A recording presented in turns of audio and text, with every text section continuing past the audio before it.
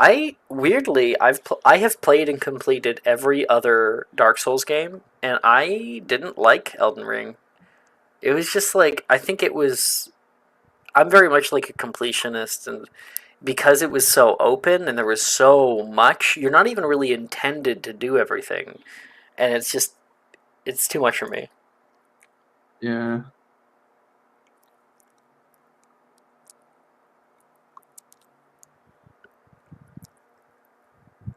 Oh, Miguel, if you want me to do some art, you as well, Anna, I'll fucking do it. Like, you just gotta give me as detailed of a description as you can, and I'll get something made. If you like the style I've managed to cobble together.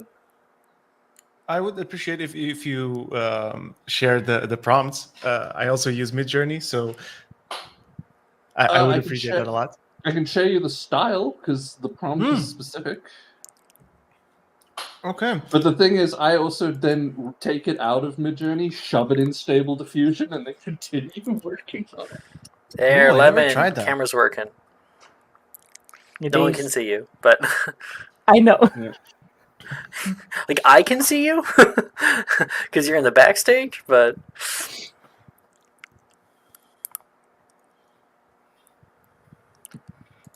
oh, we got somebody here. Yeah. Hello. I don't know who Hello. this is.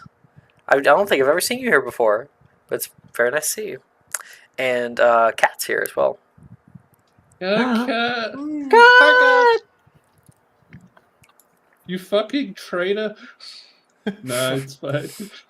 Still shows up to watch. I know. Waves. Aww. She's so cute. All right. Well, without further ado, I guess.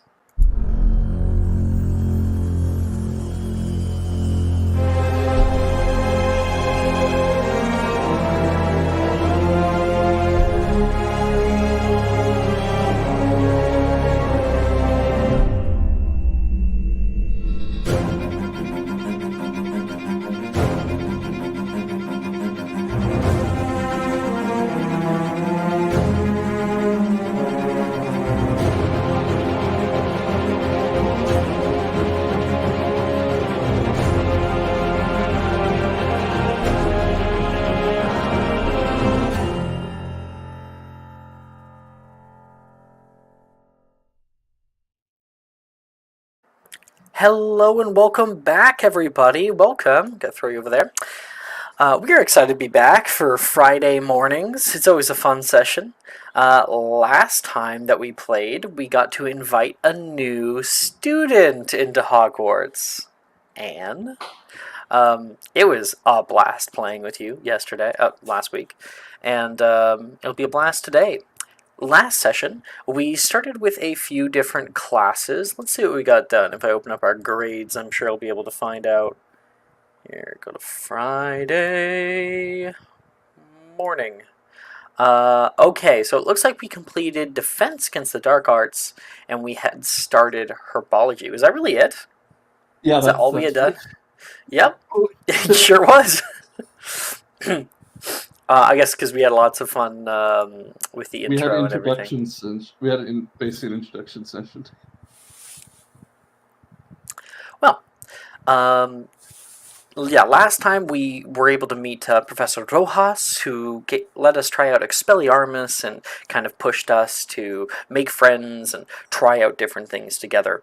And then when we were in Herbology, we were in Greenhouse 2, and Rose heard something, put her head down toward the ground, and then popping up out of the ground, a little horned rabbit. And then another. And another. You guys heard the war cry of Professor Sprout as she watched a horde of horned rabbits charge the greenhouses from outside and called everyone off to battle. All of you were called to form a perimeter. We won't let these bastards have a single daisy. To arms, men! To arms! She went running out of the greenhouse with many other people. I'm going to do this combat in a different way than I normally do. So I did this combat style once in like a really intense later year battle, and it turned out really, really well. Here's what's going to happen. So, you still, get your turns like normal. You can choose what to do. We're going to do it in Theater of the Mind today. And it is assumed that whatever you do works. And it's more like a narrative battle. And every turn, I'm going to roll a d4. And if you get a high, a 3 or a 4, then you're good. There's nothing else that's happening right now that's negative to you. If you get a low one, like a 1 or a 2, something bad happens, and then I roll a d100 to see how bad that is, to see how low of a number I end up getting. And then we kind of go from there. So that's where we are. Kind of a weird place to start, but I'm going to get everybody, please, to roll me initiative.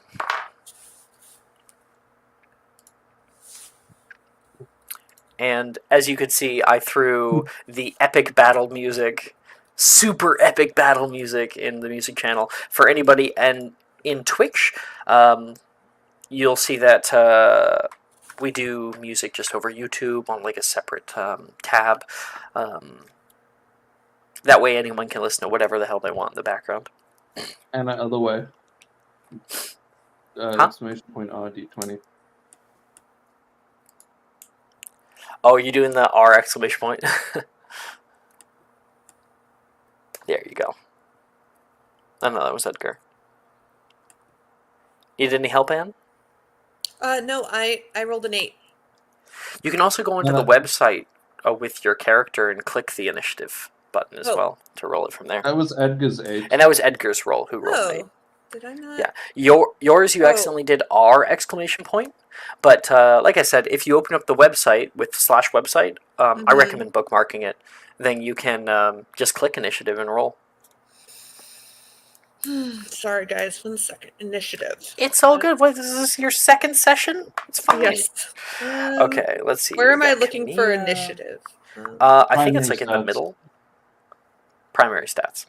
Edgar, Anne, and Rose. Okay. While she's doing that. Oh, that one. All right. We got that, and then we got the leader. Camilla. What'd you get? 8. Edgar. 8. Okay. Who has the higher dex? Me, I think, +3. 5, 9. Okay, so Edgar's plus. And then Anne, you got a 4? Yes, 4 Yeah, you're going last. And then Rose. I also got a 4, but I rolled not a nat 1. Yeah, I think we'll count it for that. That's crazy. That's crazy. Nothing above a 10, 4s, 2 8s. even among the bad guys, the little guys. So They are bad guys. They want to eat our cabbages. Yes, but we can't hurt them. They're just. I am going to send you guys a picture of them Edgar once I will have burn it. them alive. We're having rabbits today. We're having rabbits Oh, today. no, we're not. And then we've got Rose and Anne. All right, cool. I've got the initiative done. I'm going to grab the picture for you guys because they are the cutest little things. Magic Messenger. Did I put it in there? No. Oh shoot! Where did I put it nowadays? Edgar, your dex is high, isn't it? Damn Yes. it. Fuck. Why? I can't say you don't know this. Okay. I mean, I have an idea of what I'm gonna do. It's just can't. I just hope it works because I think it's fucking gonna be amazing if I can get it to work. If I can pull it off. Where's close Thursday? Okay, I'm sending in discussion now because I found it. You guys can see as you all kind of come to your feet, and the first ones that are inside the greenhouse are able to be whisked away, you look outside of the window, and you can see these tiny little gray-white rabbits with little tufts of fur. They have antlers that come up on the one side, and one thing that's not in this image that they do have are these teeny tiny little wings on the back of their hides. So, it is actually their turn first. They rush the greenhouses. You can hear some kind of distant war cry. And you see a bunch of them flutter up into the sky and leap onto the far, like the greenhouse across from you's windows and onto the ceiling. They burrow in through open windows on the rooftops, and you can hear yelling from students. They're coming in for the walls! And dropping down into the greenhouses proper.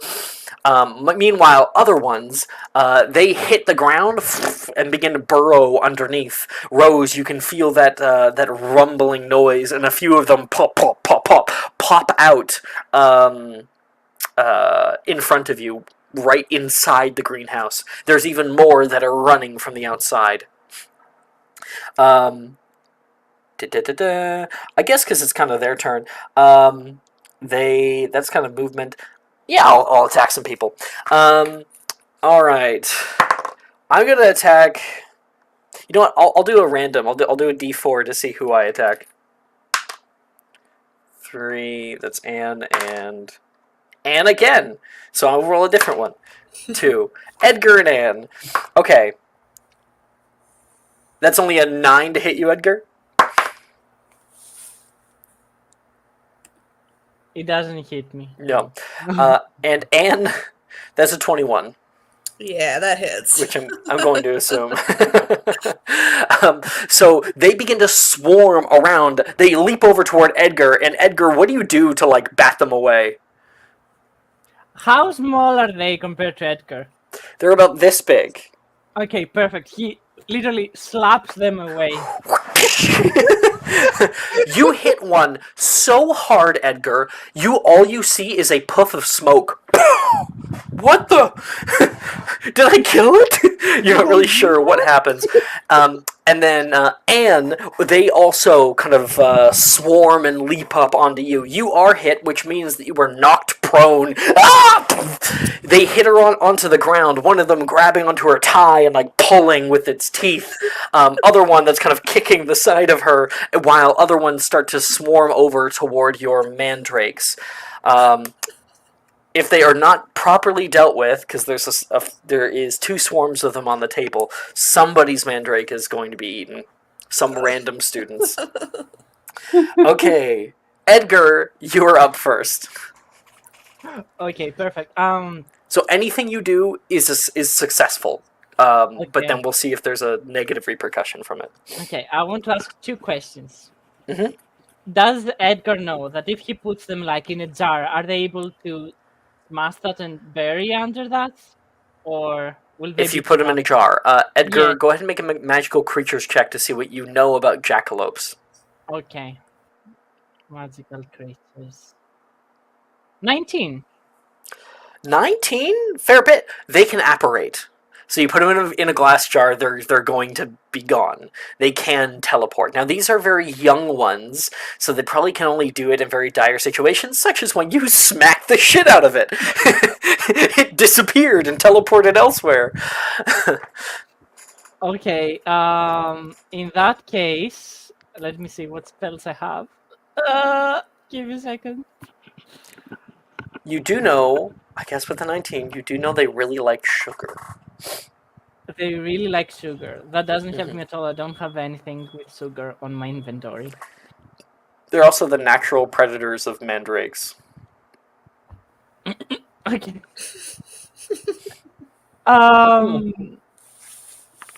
If I cast Obscure, can I cast it on a bunch of them? Sure. Sounds good to me. Why don't you go ahead and make me like a spellcasting ability check to see how powerful your Obscuro ends up being. Okay, do I do spell attack? What do I do? No. So spellcasting ability is dependent on what type of caster are you. Like willpower, technique, intellect, Yes. figure. Which one are you?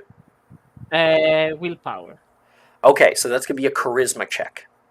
Oh, charisma check. Okay, gotcha.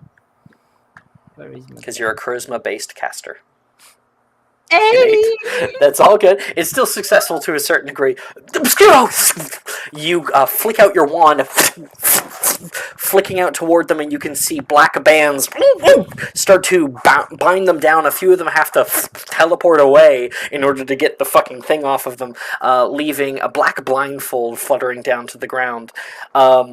You were able to shove off a few of them. Let's see if there's a negative repercussion. Looks like there is. I got a 1. 87, so nothing too bad. So when you cast that out, you can see they're beginning to regroup outside, a few of them teleporting back, and they're starting to swarm outside the door. Some of them start hitting the windows. Am I allowed to give Anne a hand or not? No, because that was like your action. So like Okay. that's okay. basically your turn. Kamiya, Okay. there's still a few that are inside the greenhouse. One of the swarms has been dealt with. Feeling more confident than he probably deserves to feel right now. So you told Edgar knows a lot of things. I would like to know if Camille would possibly know of a few things. As per my Magizoology subclass ability, Creature Empathy, could I gather more information about these creatures? Sure. So firstly, make me a magical creatures check. Of course. Look at that nat 1. No. No. 14. 14's not bad. Yes. You have an inspo, if you want to inspo it. I want to. I deserve it. Click a little star on the I inspo will. channel. And yeah, no. Don't worry Okay. about it. No. No good. A 6 and a 2, damn. So you have expertise in magical creatures, but with your Yes, I creature do. empathy, it gives you some other information. So firstly, you know that they are at least jackalopes. You aren't that well versed in exactly what they're about, but there is a fuck ton of them. They normally do come around in Easter time, and they almost always have some kind of leader. So there's probably a leader somewhere out there in the wartime foray. With a 14, you know that they at least apparate. Yes, you've been seeing it. This is Creature empathy. They're hungry. They're very hungry.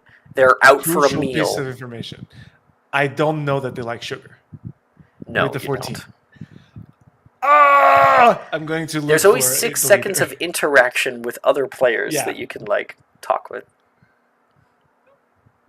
He's too focused on his knowledge. Even though I can't roll well, Camille, he's confident today. He's going to look for any that might have the might exhibit the behavior of a leader. Okay, make me a perception check, please. So 2 rolls under 10. That means that this third one will be also under a 10. Sure. Okay. Yeah, that's right. That's the fucking gambler's fallacy. You're aware of it, right? Oh boy. Every roll is independent of the one previous. Listen. Sure. Tell it to my Listen. rules. The house doesn't always win, alright? Like, In the words of Robert House, the house always wins. in the... Oh, funny little story. So, Jess and I play this game called Tower Unite, which there's like a bunch of like games and you can get fake money, and you can go to a casino. And I was messaging Jess, and I was like, I think I'm getting better at blackjack. I'm getting better at it. You're like, she's like, you can't get better at gambling. I'm like, no, I'm doing pretty good. And then 30 minutes later, she gets the message, in a shocking turn of events, I've lost everything. That basically, you can get better at blackjack, and you can Yes. get better at poker if you know how to count cards. Alex, But could that I gets you flavor thrown being out of useless? Vegas. Can you flavor being what? Useless. Yeah, if you want, you tell me your turn. I take 6 seconds per bunny. So I just get the first one, and I'm so, like, the touch of this jackalope is so fluffy that I just hi little buddy. Are you the one? No. Are you the leader? Are you the big boy? Or big girl too? I'm No, going to no, roll yeah. a d4. Is it That's you? a 3, Are so you- nothing bad happens. Not on your turn, at least. Funny enough, though, it is the leader's turn next. So you're holding on to this little thing like, oh, are you the leader? And then in the background, you can hear a heavy snort. You look up, and on the other side of the glass, you can see standing in the midst of the little bunnies is one full-size jackalope the size of a large toddler, nearly your height. It has huge antlers, wide wings, and a big rotund white belly. It sees you holding one of its young. It screams out a war cry, and it's going to leap forward and teleport through the glass. And when it teleports in front of you, Camilla, all you see is the flat foot. Oh no. The microphone disagrees. Sorry about that. I got unplugged. You see the flat foot of the bunny coming straight for your face. I'm gonna roll to see if I can get you. Yeah, that's a 17 on the die. So yeah, that's gonna hit. Yeah. Mm-hmm. That is a 12 points of bludgeoning damage as you are slow motion hit in the face. We can see like the reverberation of the skin, and Camilla is knocked prone, the bunny fluttering out of his grasp. Okay, that's its turn. Tease by the scratch. I'm going to roll to see if anything gets worse. It does get worse. By how much? Oh, that's 46. So you can see with its war cry, it has summoned even more bunnies that begin to burrow up out of the ground. You guys are becoming overrun by them. Okay. Rose, it is your turn. How big is this greenhouse? Like, how much space do I have to work with?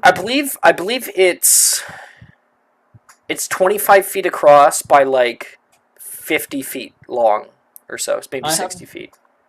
Okay, I'm going to just ask, does anyone know what they like to eat? They love sweets.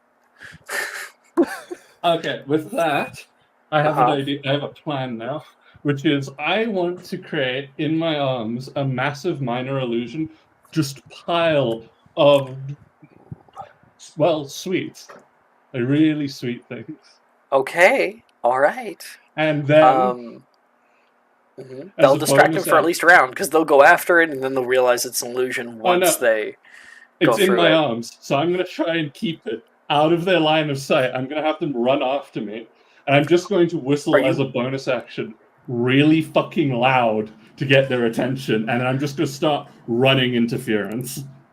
Okay, so you're like running outside the greenhouse. Well, I'm going to try and see if I could distract a lot of them long enough to see if someone else, see if the rest of their turn can deal with the rest of them. All right. You can see so many of them entering in, and you give a heavy whistle, and they will make a quick intelligence save to see if they notice what you're holding, if they see through the illusion, right? They're very dumb, so they have a negative modifier to this. That is a 14. That matches. So beats it. It was I got a 17 on the die. So you like whistle out. You see a bunch of them turn over toward you. A few of them hop over. You can see them smelling, and they turn back toward the mandrakes. Shit. Let's see. I think it's a free action to also just dismiss the illusion, which is Yes, it's a free action. Damn it! so I'll just. You see a few of them leap over. So they got low. Yep. Sorry. Leaf blower time. I'll go close it.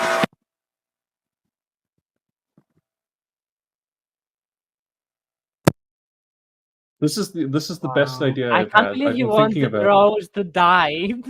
Have She's not gonna million of those fucking things die. chase after you.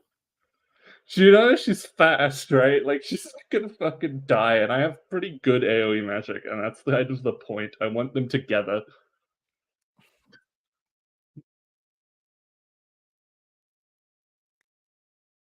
Besides, it looks like a lot of them aren't falling anyway. Sorry about that. Super fucking loud. Okay. You can see a few of them after your like failed attempt here. Jump over onto the tables, start to cover over everything down here, and one of the students' mandrakes are going to be eaten. Let's see. It's a 1d28, I believe. 2. It's a Gryffindor. It's not Darcy. Logan's mandrake is torn apart. Alright. Rose, anything else? That's action, that's bonus action. I don't have any reactions, so... Anne, you're up. Okay. I do have. So I am on the ground, surrounded by bunnies. But I do have the chocolate frog that I got yesterday from my friend Edgar. You do? I would like to look at the leader bunny from my prone position, and I want to negotiate with the rabbit. And I don't know if that's a persuasion check or an animal handling check. Magical creatures is the replacement for animal handling, and that would be it, yes. As it can't speak English. Yeah. Yes. So, Anne, I think in order to actually interact with this thing, you're going to have to get up. You're kind of being grappled right now, so why don't we make you do like a strength save to try to like kick these bunnies off of you? Okay. All right. Let's try this. Could I, as a reaction, try to act as an intermediary somehow, like just by expression of how I might feel the beast is reacting to her, just to give advantage or a bonus or something? Interaction. You could talk her through it. I have currently my face is being squished by Big Bunny themselves. No, it got kicked, and then you're on the ground. Okay. Yeah. I got a 19 with a straight up. So, 19? Fuck yeah. So Anne is able to get off. You stand up. Sugar, you go into your coat and pull out a little chocolate frog box. You hold it up high. And you try to get the thing's attention. Okay. What do you say to it? Sorry, is this... Or do they look more like cats or dogs in personality? I don't know what jackalopes would be.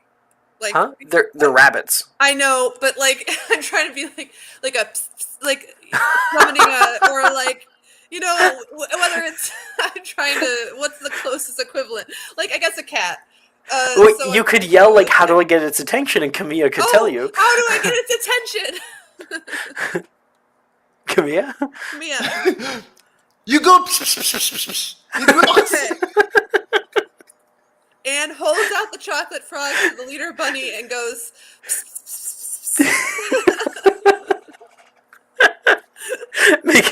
make a magical creatures check. Okay. Let's see if this works. Oh no, it's a 5. Roll an advantage, because it could be Okay. A 7.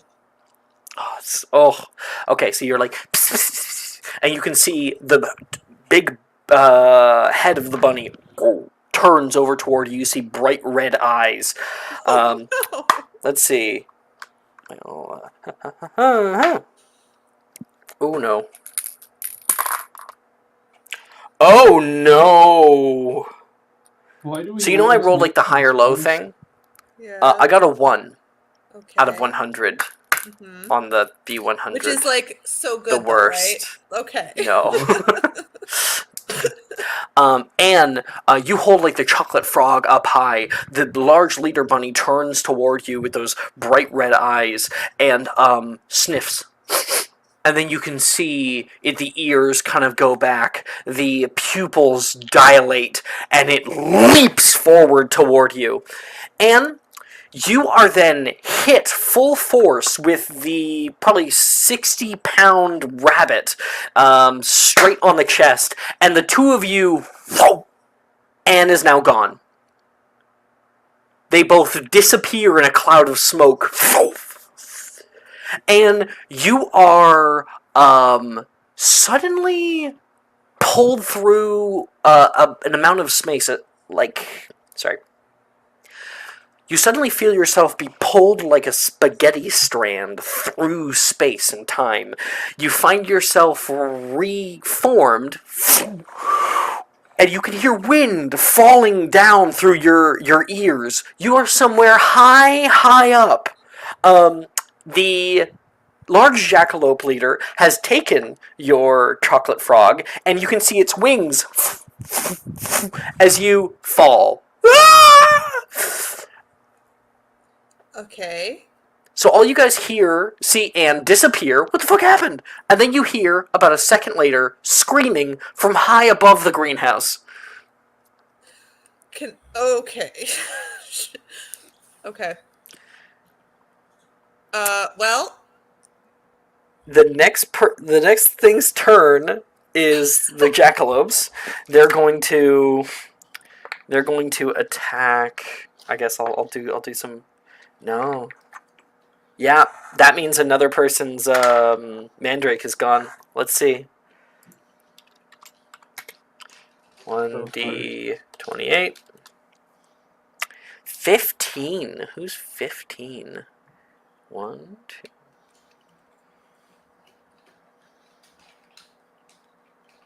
That's Brett. Why does everything happen to Brett? Every time I roll a random thing for someone to get hit, like in the background, it's always fucking Brett. Brett's mandrake is squashed. You can hear the slight screams of the mandrake, and then they are cut short as these things start to burrow down into the pot that it's in. And one of them is going to attack Rose. Let's see. Where the fuck do my d20s go? They're there. I have like no Oop. armor. That fell. I have like 0. 17 to hit you. Yeah, that hits because there's no like armors in this module. I forgot to roll damage for Anne. Anne, that's 7 points of damage to you, and Rose, 6 points to you. As Rose is pushed down to the ground by a large horde of them, while the other ones eat Brett's mandrake. Okay. Edgar, you can hear screaming from high above. In a moment, Anna's going to shatter through the rooftop. Okay. Since I see here, can I cast Wingardium Leviosa through the glass, or do I Yes. have? Okay. You can see through the glass, so you see Anne just flailing wildly in the air. In that case, I'm going to cast Wingardium Leviosa so she can float, because I don't have anything else to say Okay, you'll have to upcast that, right? here. I have to upcast it. Mhm. Yeah. So you cast out Wingardium Leviosa up into the air of swish and flick. Do you have it locked in? Yes. Okay. Then, Anne, as you're falling, you can see the greenhouse getting closer and closer to you. This is how I die. This is how I... And then you feel yourself caught and begin to rise higher into the air. You can see you rise straight up to eye level with the leader jackalope flapping its wings and then like eating the chocolate all over its mouth right now. It stops like, how are you up here? Okay, do I have to be concentrating on that? Yeah, yes. Okay, while I'm doing that, I'm going to have a look around the greenhouse to see if there's any headphones. Not headphones, what are they called? Earmuffs. Earmuffs, yeah. Yes, there definitely are. They sit by the doors to the greenhouses. Okay, while I'm like this, can I, with my other hand, just grab them and throw them to the rest of the people? Absolutely, I'll let you do that. Okay. Here, put these on! You throw them out over toward you. Okay, and I put one on as well. And then that's it, because I don't have anything else to do. Camilla? With headphones on, I turn to Edgar and try to signal and scream what I can. You can let her go. As we did a class today where I did something. We did. I want to try, while keeping an eye on her, I want to try to find a mass that's like 2 cubic feet in size or density. Sure. Because I want to cast Vera Verto, upcast, and try to make a pile of crepes. Pile. I swear to God, one of you learned Arresto Momentum, though. So, I think I love the idea. One object to another object, though. You can't create in that case, a pile of big objects. gas sugar cube. Vera Verto. Okay, you have Vera Verto locked in? I do. Wonderful. So Camilla looks around. You're able to find a very large pot, as of course this is a greenhouse. You cast out Verto, and it turns into a very large sugar cube, about this big, about a foot across. And you can see it does turn the heads of some of the mandrakes who are eating some of the jackalopes who are eating the mandrake leaves. Ooh. Some of them hop over and begin to lick the side of the large sugar cube. And at that, I see that. I look to Edgar. I know Arresto Momento. You can let her go. Okay. And I'm preparing myself. Okay. Well, I want to give Anne like a turn up in the air, and then we can let her go, and then you can Arresto Momentum her. Okay. Technically, let her go. It's supposed to be the jackalope's turn, but I think that his turn is taken eating the chocolate. Okay. So, Rose. Is he like pretty high up, like very high? Yes, he is. But within range of any spells, about 40 feet up. You can see Anne has been lifted up to about his level. Can I free Petrificus Totalis him? I don't know what's the range on Petrificus Totalis. 60 feet. Petrificus Totalis cannot target a beast unless you upcast it to 3rd level. Do you guys have 3rd level spell slots? No. Yeah. Otherwise, it is creature. Make a ranged spell attack against a being within range. At higher levels, when you cast the spell using a spell slot of 3rd level or higher, you can target a beast instead of a being. It doesn't say creature. It says creature on the website. It's the different. That's where I reference everything. It says it on the website? Yeah. Well, either way, there's specifically a rule about upcasting it to 3rd. Then how many are still eating the plants? There is, you were able to get rid of a horde, another horde went in, and then the jackalope brought in another one, so there's kind of 2 swarms that are in the greenhouse that must be expunged. You guys have to get them out of here. You have to make them afraid in some way, try to get them to flee. I have an idea. What is the jackalop's natural predator? Make a magical I mean- creatures check. There we go. That's what I'm looking for. I mean, well, Rose, Edgar did throw you earmuffs. Yeah. You could use a mandrake. Fair enough. Anne is probably out of range. If not, if they won't, she'll just be in the hospital wing for a week. That'll be fine. I'm gonna. Edgar threw everybody earmuffs, so you can put the earmuffs on, so you're good. Which one's the biggest within range, like within distance? Like the biggest. That would be Juniper's. I'm gonna take hers. Put it on as the box.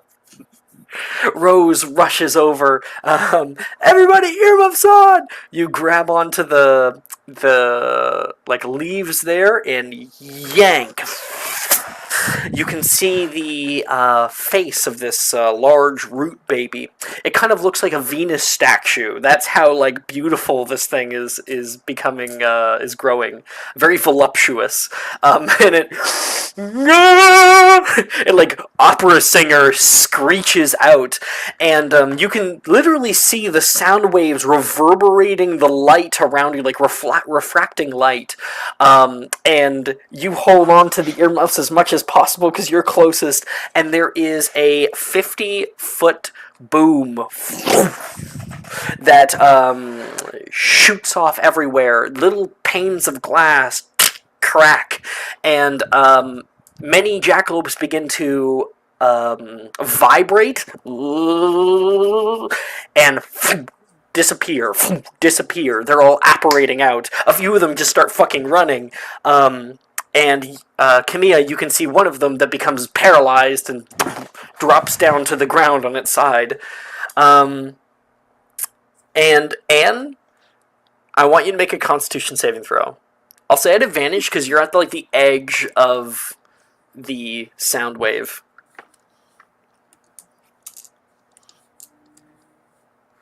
God, 19. Nice. So you're unaffected. You're good. You can hear a kind of distant boom, sonic boom, and it is your turn. And you can see because you have a bird's eye view, the hordes of jackalopes. Some of them start running away. Other spells be thrown from people, throwing them out of the greenhouses, and they're starting to run into the northern grounds. But of course. It's not just me. Is that me? No, No, it's everyone. It's everyone's. I'm back. Sorry, what did you say? Your eye level with the jackalope leader. The last thing I was saying was your eye level with the jackalope leader. What do you want to do? Okay. Does he look like he's gonna run away, or does he look committed? Oh, is that me again? Okay. No. Okay. Sorry. Look at the two two glasses wearing fuckers. They're still moving. And we're yes, both Dan's wearing thinking. purple. We are training today. Oh, Alex. No, I'm back. Pink. Okay, great. Does he look committed, or does he look like he's also going to leave? He looks completely distracted by the chocolate frog that he has stolen from you. Excellent. I'm going to hit him with Infirma Cerebra, which I have All right. in my. It's locked in. It gives the target a brief moment of disorientation. Once hit, they take 1d6 psychic damage. And the first time it makes a saving throw, it must roll a d4 and subtract the number from the save. And what I'm hoping it's going to do is make him fall, but we'll see. Roll to hit. All right. Let me see how this works. One more time. Spell attack. Oh my gosh, 8. 8? Okay, let's see. Let's see if you have a bit of help. It might be a I got high, so nothing bad happens. I'll let you roll at advantage. It's probably the last turn in the initiative. All right, let's try. 14. 14 hits. Great. You cast out Infirma Cerebra! You can see his eyes go wide, and it hits him straight onto the face. There's kind of this wave of pinkish energy. You see his wings start kind of flapping erratically, and he drops down, as do you. Camilla, arrest the momentum! And you... I need to and attempt you it, were coming actually. straight for the glass. Wait. Oh, great. Wonderful. Oh, you don't have it locked in. Thanks, Miguel. We just learned like- it. I just learned it. This is going to be This is about to be hilarious. Yes. Okay. So funny. I have 7 hit points. So funny. Don't worry. I can do fuck all. I've already done my life-saving work. It's only 4d6, you know. Oh my Yeah! Everything's okay. Woo! Fine.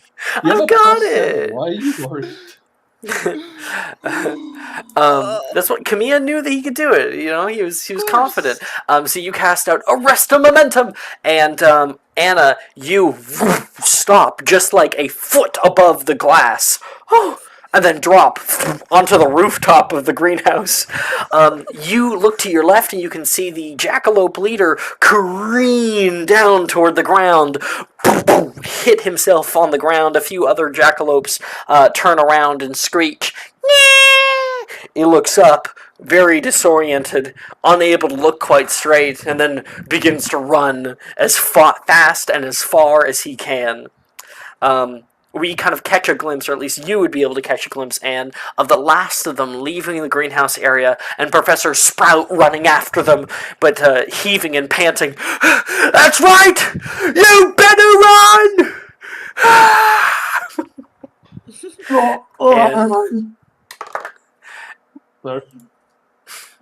And that is the end of our combat. Awesome. You kind of lay backward onto the roof. Everybody down here is all right. There's a few glass panes that are shattered. Brett's mandrake's gone. Logan's mandrake's gone, but everyone else is fine. Juniper's mandrake needs to be repotted. I will get on that as quickly as I can. Can I find a slightly bigger pot? The original Sure. You can try. Make a herbology check. If not, I'll just put it back at the original, but I'll try anyway. 23, that's very good. Alright. So with a 23, you're able to find one of the larger pots, which should be your kind of next step, and desperately, still holding this thing, screaming. You don't want people to run in here thinking that everything's fine and then get paralyzed, so you throw a bunch of soil down in there, pop them back, and then just start filling the soil back as much as possible, and you start hearing that scream become muted and muted and muted until you can't hear it anymore. Whew. Well, That was something. Juniper will... I just pat her and go, Juniper will forgive me. I hope so. Yeah. The mandrakes! The mandrakes, are they alright? Sprout comes rushing back inside. Most of them. Oh no! She comes over and cradles dead mandrake. I'm so sorry. You don't deserve this. Anne's still on the roof. No one's noticed her. I just say, I'll go look for a broom. Anne? Going to try and can I go to the edge of the roof and then just cast Spongify on the ground? I do have it Yes. locked in, so it should work unless you. It's automatic. Okay, so I hop down.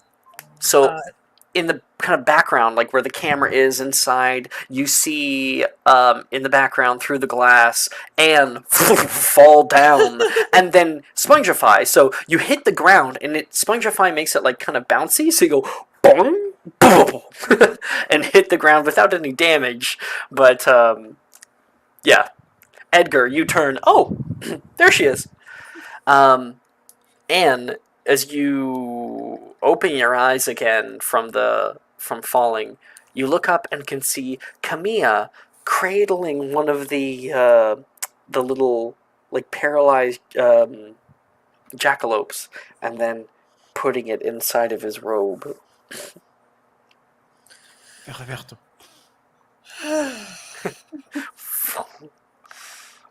And What's this one? This one is a small sugar cube. Oh, Do I see the sugar cubes? I think that's quite funny to say. no, he's outside. Anne's the only one who sees it. You didn't see anything. Please. Okay. I just don't think I don't think it's a good idea. They seem kind of hungry. I can feed him, or her, or them, or I'll figure this out later. No name yet. Miss Harley, what are you doing on the ground? Sprout says, coming outside. I help her come back up. I got kind of apparated into the air and fell onto the roof, but it's all fine now. Those bastards. Not this year. Not my greenhouses.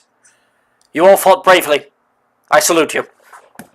She does one of those German heels together, but not a German salute, just a regular salute. And she congratulates you. And let's see, is there anyone who's failing herbology?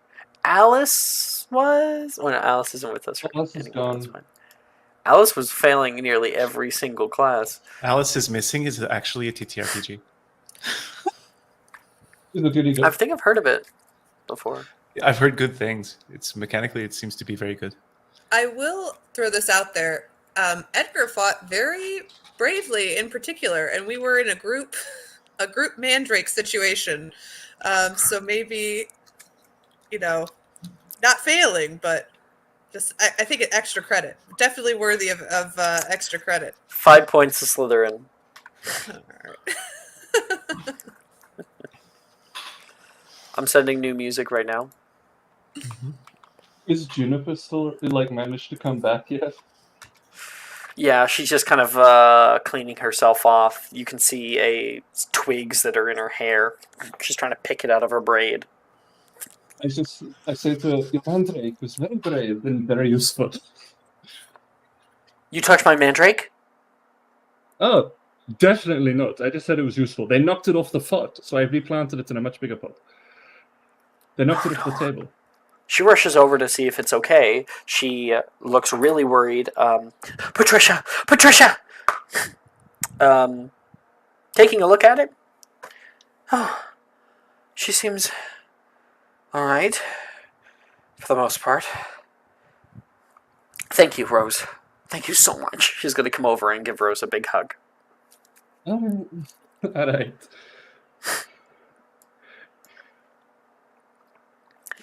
And that is herbology class.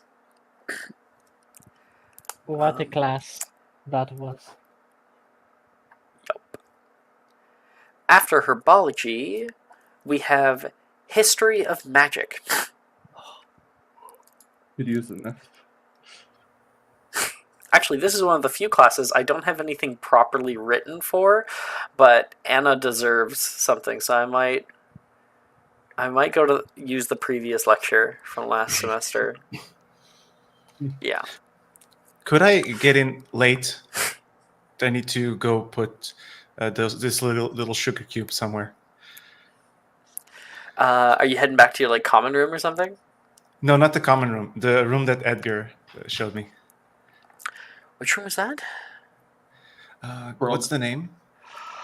The junior it was up in there. club. Yeah. Right. Yeah. The bell tower. It's the old bell tower. The old bell tower. Yeah.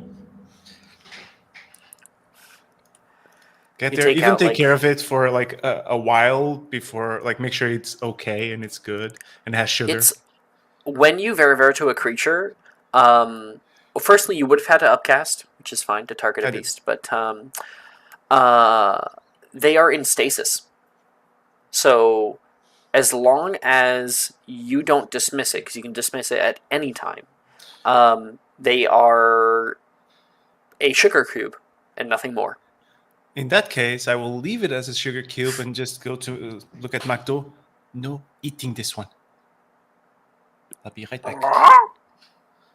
A little hoot from Macdo. Maybe you have like him in a little cage out here, or no, he can probably roam free out here. Yeah, I wouldn't. So he's up in the rafters. No eating this one. I love you too. See you in a bit. You go over toward the throat of the frog. I bet that Anna knows nothing about that.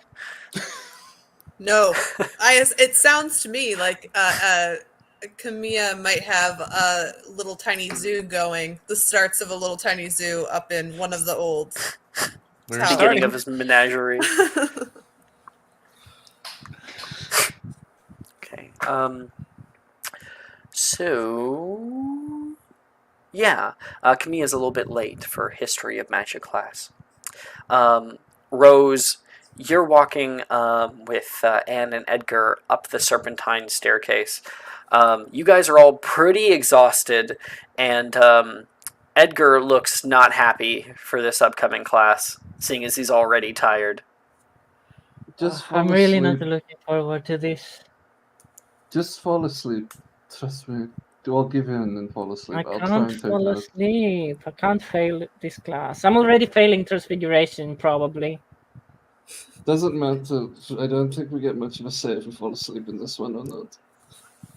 Edgar, you feel something warm hit your shoulders. Huh? You look and can see a large comforter has been placed over your back. Wilfred's there. There you go. No, please. You want a pillow?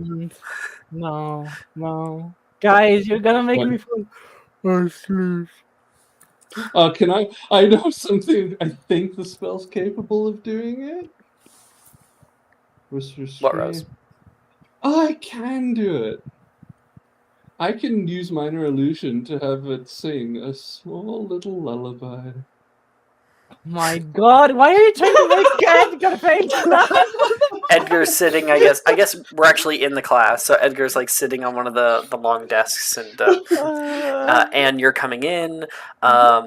Wilfred's been doing that, and then Rose begins playing a little lullaby, maybe similar to like a music box. Ding, yeah. Ding. Edgar, make me a charisma saving throw for if you give in to this or not, to the sweet release of sleep. Natural 20. Okay. No, you gotta smack yourself. I'm gonna stay awake today. Fine. Yes. Be my guest. Wilfred takes the comforter and flips it over onto him. Oh, hey, Harley. I can also change it, so I just make it a really loud. Oh. I could redo the spell. At least that will wake me up. Hi, Wilfred. Planning on taking a nap? Oh, every class. I just need my pillow. And he's going to snap his fingers, and you can see on his desk a pillow appears, and he lays down nicely. Honestly, I would recommend you get one too. The history of magic is actually really fascinating, and it is. No. And You've never had a Hogwarts history of magic lesson, obviously.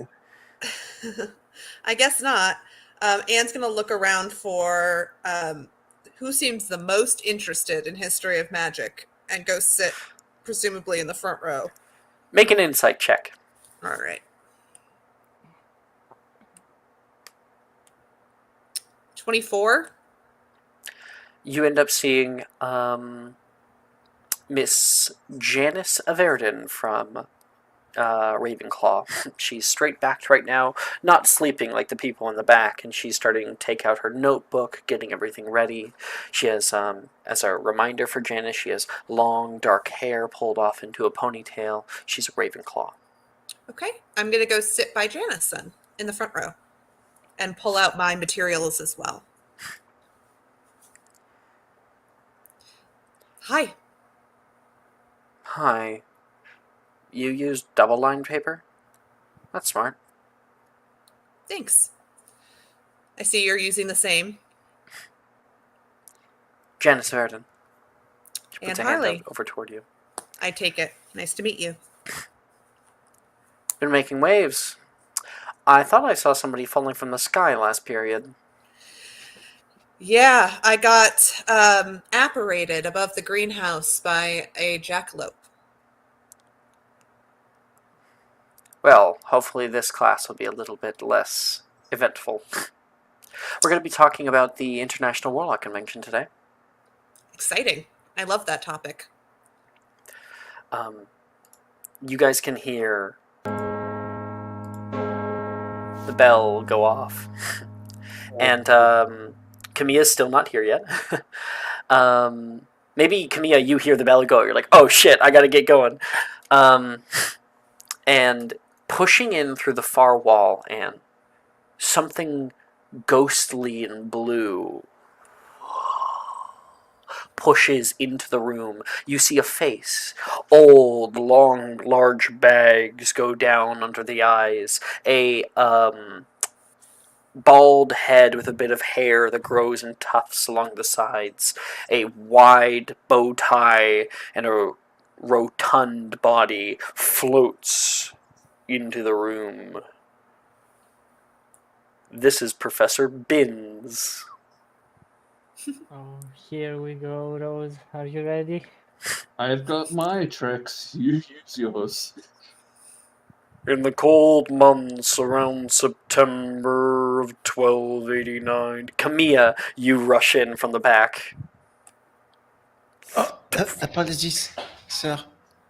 The first international warlock. He doesn't even notice or turn when Kamiya enters in or says that. He doesn't look at any students. He doesn't answer any questions. He's just continuing. Right. So Anne, as you begin listening, and oh wow, this guy is very monotone. You can see Kamiya rip up, and you can hear like the ripping noise. He pokes some eyes. He pokes some eyes. And you turn, and you can see Kamiya. Oh my. Could I actually sit down on the other side of Janice? Yeah. Keep it down. Apologies. Oh my goodness. I don't think I can focus like this. Do you want some also? Who are you asking? Janice. No. Okay. And do you want some? No, I think I'm okay. Good. Why are you? And then she thinks better of it and just tries to focus on the lecture. You're about to find out why. Everybody's going to make me a Constitution saving throw. Kamiya gets to do so at advantage because he looks like an idiot. I mean, Epoximizing his eyelids open. Do we have more classes today? Do you have more classes today? Yes. Yes, I believe so. Okay. Yeah, we have potions. Cool. Then I'm going to epoximize as well, which means I get the advantage. Okay. I've done this trick every time. We are falling asleep, Anne. Let's go. We are, In the unfortunately, even though cold month. I do have proficiency in history of magic. Does that help me at all? Funny enough, no. No. Because so do I, and it's never helped once. No, it can help if you're studying, like you take your own time to go study, but unfortunately the challenge in this class is staying awake more than anything else. Got If you it. have keen mind, however, I don't have to do. You do. Yeah, I do have keen mind. That is the difference. If you have keen mind, then you can make a history of magic check instead of a constitution save. Oh, that's great. Can I do that? Yes. Yes, you can. I've been rolling like crap, so let's see if 24. In In the cold months around September of 1289, the first International Warlock Convention took place in the beaches of Regulum, Sicily, to discuss the political climate of the Muggles. The obliviation of King Edward I came as an act of political sabotage to the Sardinian sorcerers and attendants who wore red robes in defiance of the writ of acceptable attire of 1123. This will be on the test. In 1243 we see... And he continues on like that for the next hour and a half. Let's let's see. Sweat. Let's see how people are doing here. Rose. I got a 17. Is that Hey, nice. Okay. E. Anne. I got 24. Solid. O for you. Edgar. 7 or 8, I don't remember. Well, the nice part, I guess, is it's the second semester, so it doesn't. It only goes down by 1. You have a P. You're failing. Camilla. 18. 18. Your grade goes up to an A. You're now passing. Yes. Camilla, you are failing Transfiguration by a lot and Potions by a little bit. Let's just. Still... Edgar is failing Transfiguration, Potions by a lot, and History Magic by a little bit. And then Rose is failing Charms by a lot and Transfiguration by a little bit. Everyone's doing shit in Transfiguration. I love that. Canonically, it is supposed to be really hard, so... Okay. Wait a moment. even Binz is making you type. Yeah, I know. Oh, I gotta blow my nose 1 second.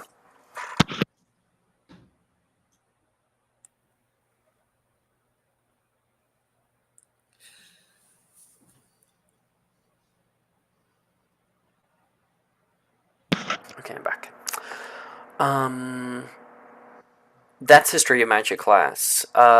Edgar, you fall asleep midway through, and you can see Edgar's head hit the desk, and next to him, Wilfred is dead asleep. And at least Wilfred has like a nice pillow and comforter. Edgar is like on the hard desk. I'll just say he's so tired. He's literally drooling.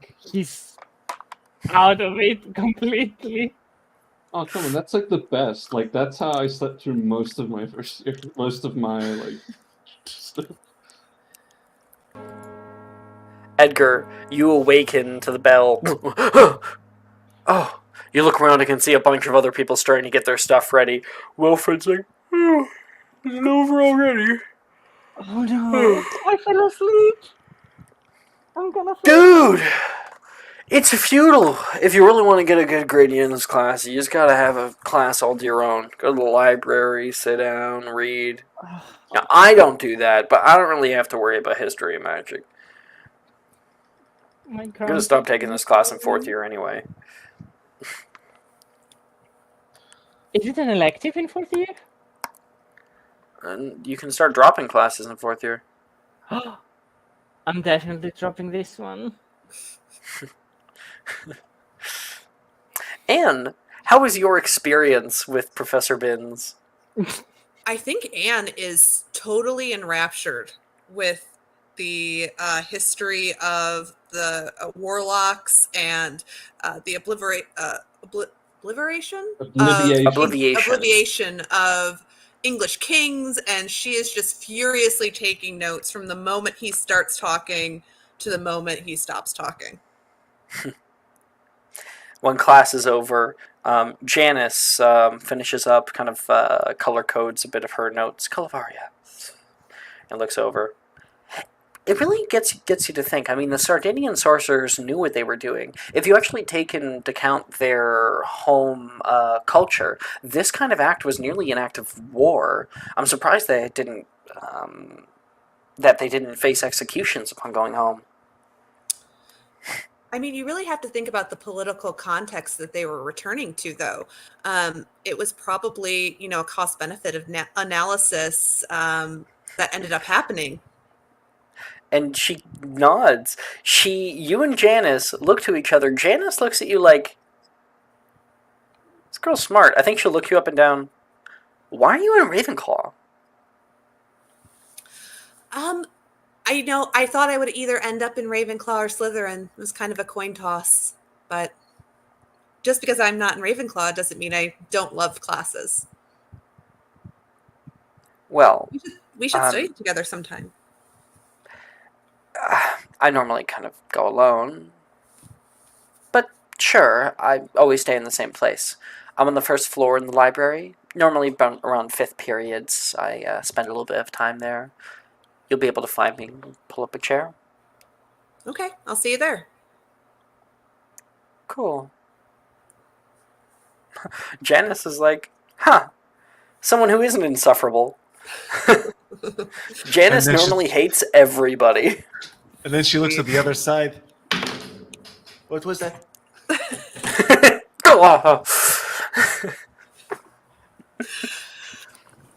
When Janice leaves, I think Anne's going to kind of slide her chair over and say, "Do you glue your eyes open every single class period?" Oh no, I learned from the others. Last time I fell asleep, and he's very boring. I'm surprised you can find it fascinating. Well, the subject matter is fascinating. His delivery, I can admit, does require work, but being as he's dead, I think it's probably limited. Sorry to interrupt. No, go ahead. This is the first time we're talking. English is my second language, so I need how you say smaller words, please. He's very boring, but the subject matter, the stuff he's talking You see about. that? Oh, okay. The stuff he's talking about is really interesting, like wars and stuff. So if you look at it that way. I'm just going to slide next to Camille and just start translating in French. Oh, yes, you're very smart. I just managed to stay awake. I barely could pay any attention. He also uses that type of language. It's quite complicated. Merci, Rose. Rose just says, well, it's no wonder we can't stay awake. He's magically enchanted to make us fall asleep, and she knocks off the oxidized stuff of her eyes. Right? Sadie's walking past. She says, oh yeah, Professor Britt Binns is part of the Sorceress Order of Morpheus. So, I kind of have that kind of effect. I guess it followed him in death.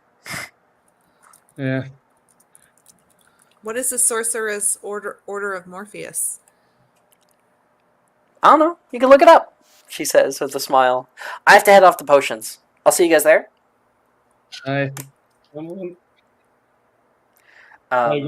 But basically sleep wizards.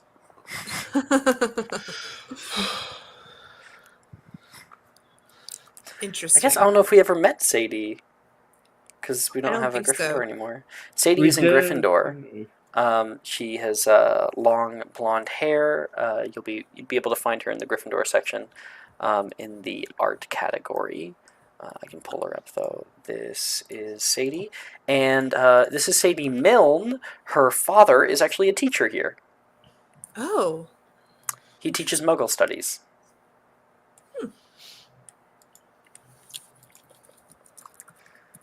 Okay. She seems very intelligent.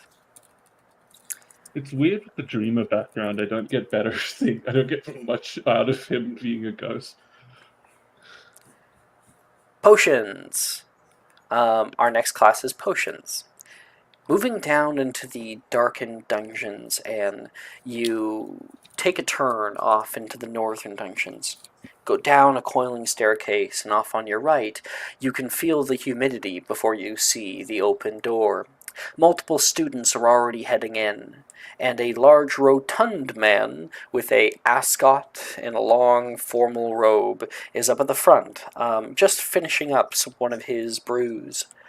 Professor Slughorn. Oh wait, so I'm gonna pull up his art here.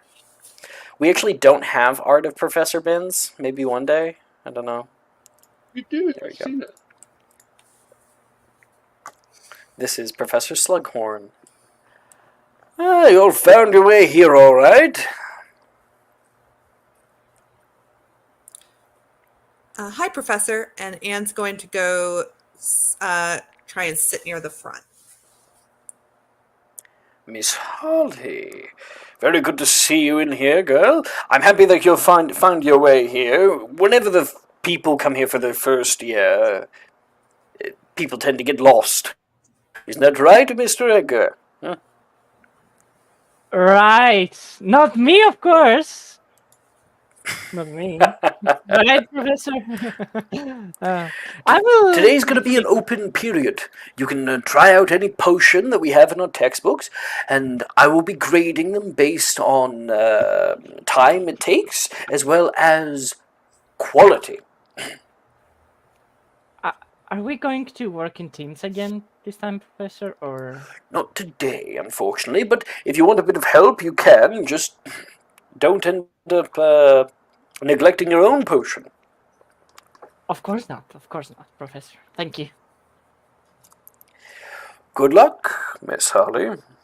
Mrs. Thrall, good to see you again. Take a seat anywhere. Good afternoon, monsieur. And this class, you are taught about, he says, we're going to be going over a small lecture before we begin. We're going to be talking about proper cauldron maintenance, volatile reactions in states of matter.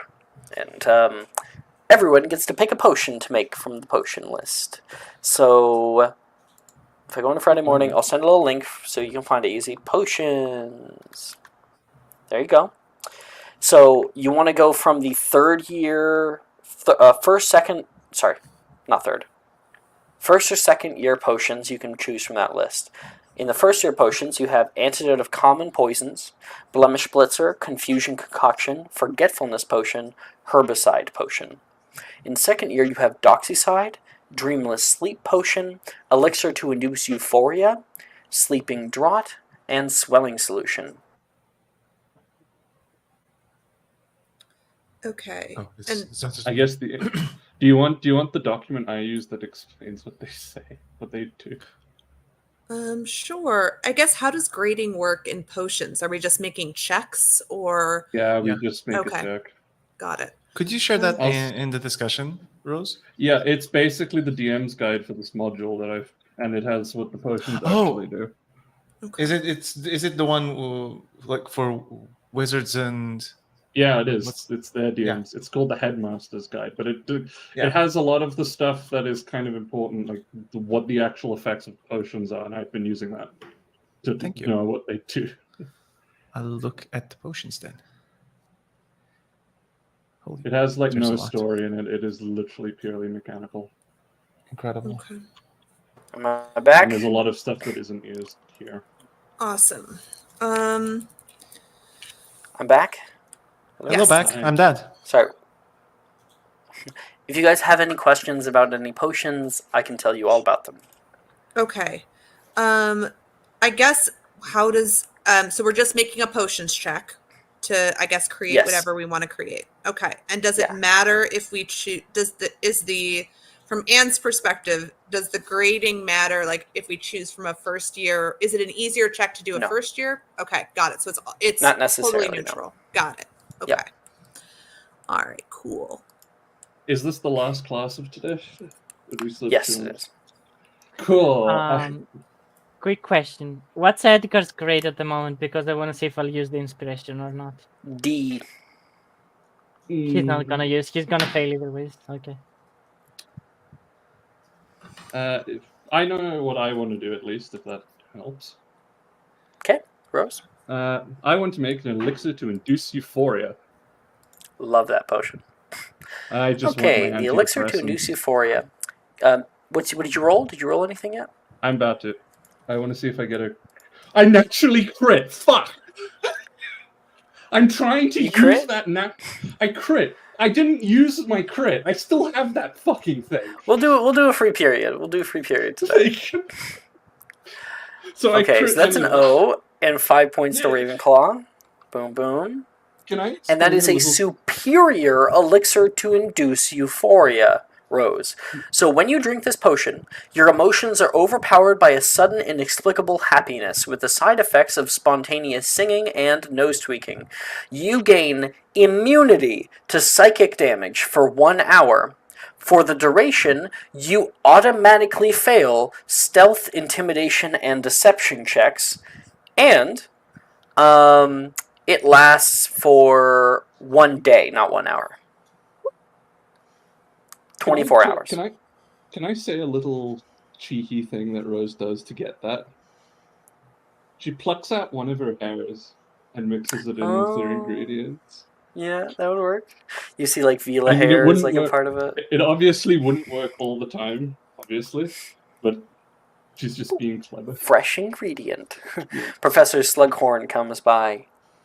Mrs. Stroll, is it a euphoria potion? He takes a little spoonful.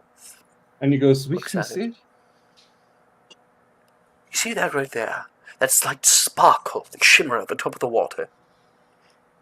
That is only evident in the most superior of these potions. Certainly did a wonderful job, even with limited resources. 5 points? 5 points, girl. Merci, monsieur. Okay. I think Anne is going to attempt the antidote to common poisons. Yeah. And 14. That's a regular. Okay. When you drink this potion, simple poisons in your system are neutralized, and you gain advantage on saving throws against poison for 1 hour. This is useful because a lot of the enemies that you're going to be fighting in later years and stuff, they do poison damage. If you took poison damage in the previous minute, you can regain half of your hit points lost to poison damage, up to a maximum of 15. Excellent. Alrighty. And that was a 14 you got? Yep. That's an A you're passing. Edgar. What'd you get? 1 second. I got 6 for a sleeping draught. Okay. Just because it's more fun, you end up getting a ruined sleeping draught. You have no idea what the fuck this could do if someone were to try to drink it. Okay. Add that into your inventory. It's insomnia potion. You drink it, you stay awake for 24 hours. Gain a point of exhaustion. Kamiya. I would like to make a forgetfulness potion with Okay. a 16. 16, your grade goes up to an A. You're now passing. You're Incredible. only failing transfig. And as I finish it up and it looks better than the last time I did something, Professor, could you look at this, please? Oh, what do you have for me this time? He says, not really sure about it. All right. Cauldron, cleaned today. Good. Heat Thank you, sir. at level. Ooh. Oh, you're already done. Yeah, give it here. What were you trying to make? If forgetfulness, Professor. What were you trying to make? A forgetfulness potion. Takes another sniff. Sorry, which one were you trying to make again? I take the ladle. Sir, it's a forgetfulness. You keep forgetting. Oh, very good then. Very good. Much better than last semester. Merci, sir. I did have a question. And no one's going to notice, but Camille shoots a look at Nolan, wherever he is. And very quick, very like a glance. If I were to work on an antidote, is it possible? Antidote to forgetfulness potion. To forgetfulness in general, but perhaps... it would be difficult. You would need to make a memory potion, and they are I would say out of your skill range. Oh, Memory That's- potions specifically are uncommon. which means It is one of the harder ones of uncommon. So they range from common, uncommon, rare, very rare, and legendary. So it's an uncommon potion, and it's kind of when it comes to difficulty, further at the farthest end of uncommon, almost like rare. could sir, would it be possible if you taught me one day, maybe as extra credit to better my note? Make a persuasion check. Come on. My charisma is not. This is a perception. No, persuasion. Oh, at the bottom. Always take That's a 5. proficiency in persuasion. It's always useful. I'm awkward. I can't. Fair enough. That's a 5. Roll again. I'm just giving it to you because you've been rolling below a 10 on the die so often. Technically, I did roll once above a 10, or twice now with the classes. Give it one more try. Just one more. If it doesn't work, it doesn't work, but... If the dice hates you, it hates you. But if it wants to be... 14... That's better. If you can get up to an E in my class, perhaps we might have some time at the end of the year. Oh, thank you, Professor.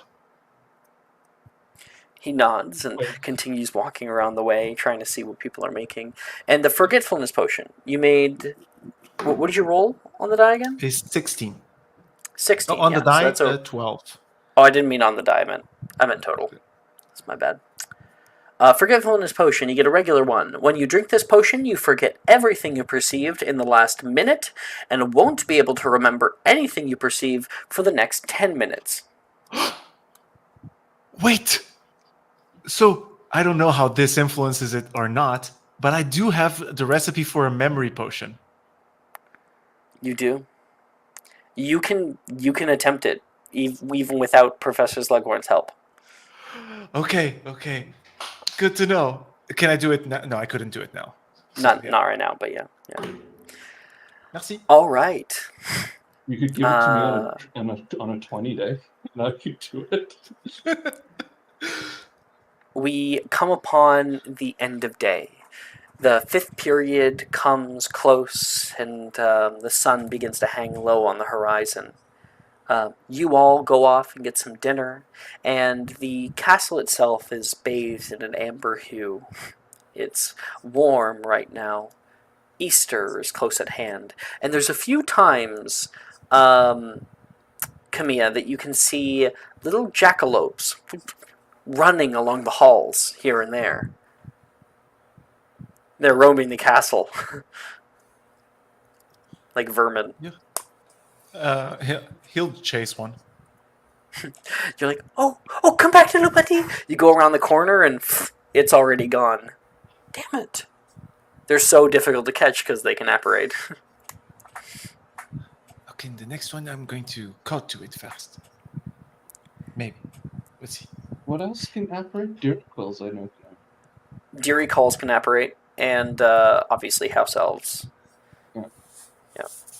And then I don't know if I would call what the Jiawu does to be an apparition, but it's certainly close. They kind of open a portal and then jump through it. So Maybe it's kind of a close to more apparition. advanced apparition, like Arcane Gate is in D&D. Yeah. They like gate. Anyway, everybody gets a free period today. After dinner is all finished. You can do anything during a free period. Any fucking thing you want. Run to Edgar. Anne? Anne is going to go study with Janice in the library, and she's going to use the Keen Mind feature to raise her potions grade to an O. because and maybe it says whenever I use a free period or downtime to increase my grades, it automatically increases by 1. And if you succeeded in the class related check, your grade increases by 2. Yeah, so And you I have to make think a potion making check right now. Oh, another. Okay, got it. Yeah. Okay. So let me just see. So maybe I'll just raise it to 1, but 18? 18. Unfortunately, it's not high enough to get it to an O. Oh well. But you are with Janice. So here's what I'll give it to you. Heads or tails? Heads. It's going to be I dropped it. tails Damn this it. time. It's going to be tails this time because that fucking Yes, it coin is. hates all of us. Tails. Of course. Yeah. Does anyone think I actually have any kind of like predictive powers at this point? Because I'm usually right on that point. Real predictive powers. Anyway, divine So aim of- we will follow Anne for the time being. And you, after dinner is all set off, I think probably Ernesia's like, hey, Anne, we were going to go practice with some Quidditch, or at least Taylor's going to be target practice for me. Do you want to come? No, thank you. I have a study. I'm going to go study. Yeah, she's a little too busy, guys. Sorry. We don't want to cut into your busy schedule, Gemma says. Thanks for understanding. And I turn on my heel and walk away. You can hear them gabbing behind you, and it's fine. It's fine. You move off into the viaduct courtyard, and make a quick perception check. Okay. Ugh, 8. Okay, all right. You don't notice, as passing the viaduct courtyard, Edgar and Camilla are like talking with each other, walking away, and then like if we get a new shot of you walking across the long viaduct bridge in the background, where Camilla and Edgar just were a moment ago, they are no longer. And you don't notice that. It's just like a thing in the background. Anne is totally excited to go study in the library, so she is hustling. You move into the Oxford building. Heading up the stairs onto the second floor, you can see a beautiful wooden facade with a nice arched door. And walking into the library proper, you look out onto rows and rows and rows of this multi-leveled library. The second floor rows seem to go all the way up into the sky, some kind of illusion. You can see little stone gargoyles flapping nearby and carrying books with them to go put away. There is 2 metal coiled staircases that lead up to the second floor. Kind of think of the second floor as having one giant square cut in it, so that you can kind of look up into it. On the second floor at the back, there is a half-moon desk, Madame Pince's desk, the librarian. You can see her right now. A gargoyle brings her a book. Thank you. And she stamps it and hands it back, and it flies off. Looking around for Janice, it doesn't take too long. You end up finding a table that is nicely set up with stacks and stacks of books all around it. All of the chairs have been removed from it except for Janice's. I'm going to Accio a chair, the closest chair I see, nothing that's going to cause any noise, and then place it at the table next to her as silently as I can. You actually showed. Of course, I said I would, and I take out all my study materials.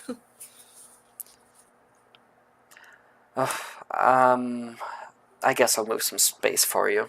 She uses her wand, locomotor, and pulls up a stack of them and places it on the right-hand side to make a tiny bit of space for you. And I've places never down. studied with another person before, so if I'm not the best conversationalist, forgive me. Oh, no problem. We're not here for conversation. Well, yes, but it is. I mean, why study with another person if it's just in silence? True. It's always good to bounce ideas off of someone else. Precisely. Where are you from, Harley? My parents have a home just outside of London. What about you? I'm from the Valley. I lived in Hogsmeade a long time ago. Now Really? my mom, she's moved off to London as well. She lives out in Diagon. I don't really like it there though. Why not? It's so crowded, and everywhere is so loud.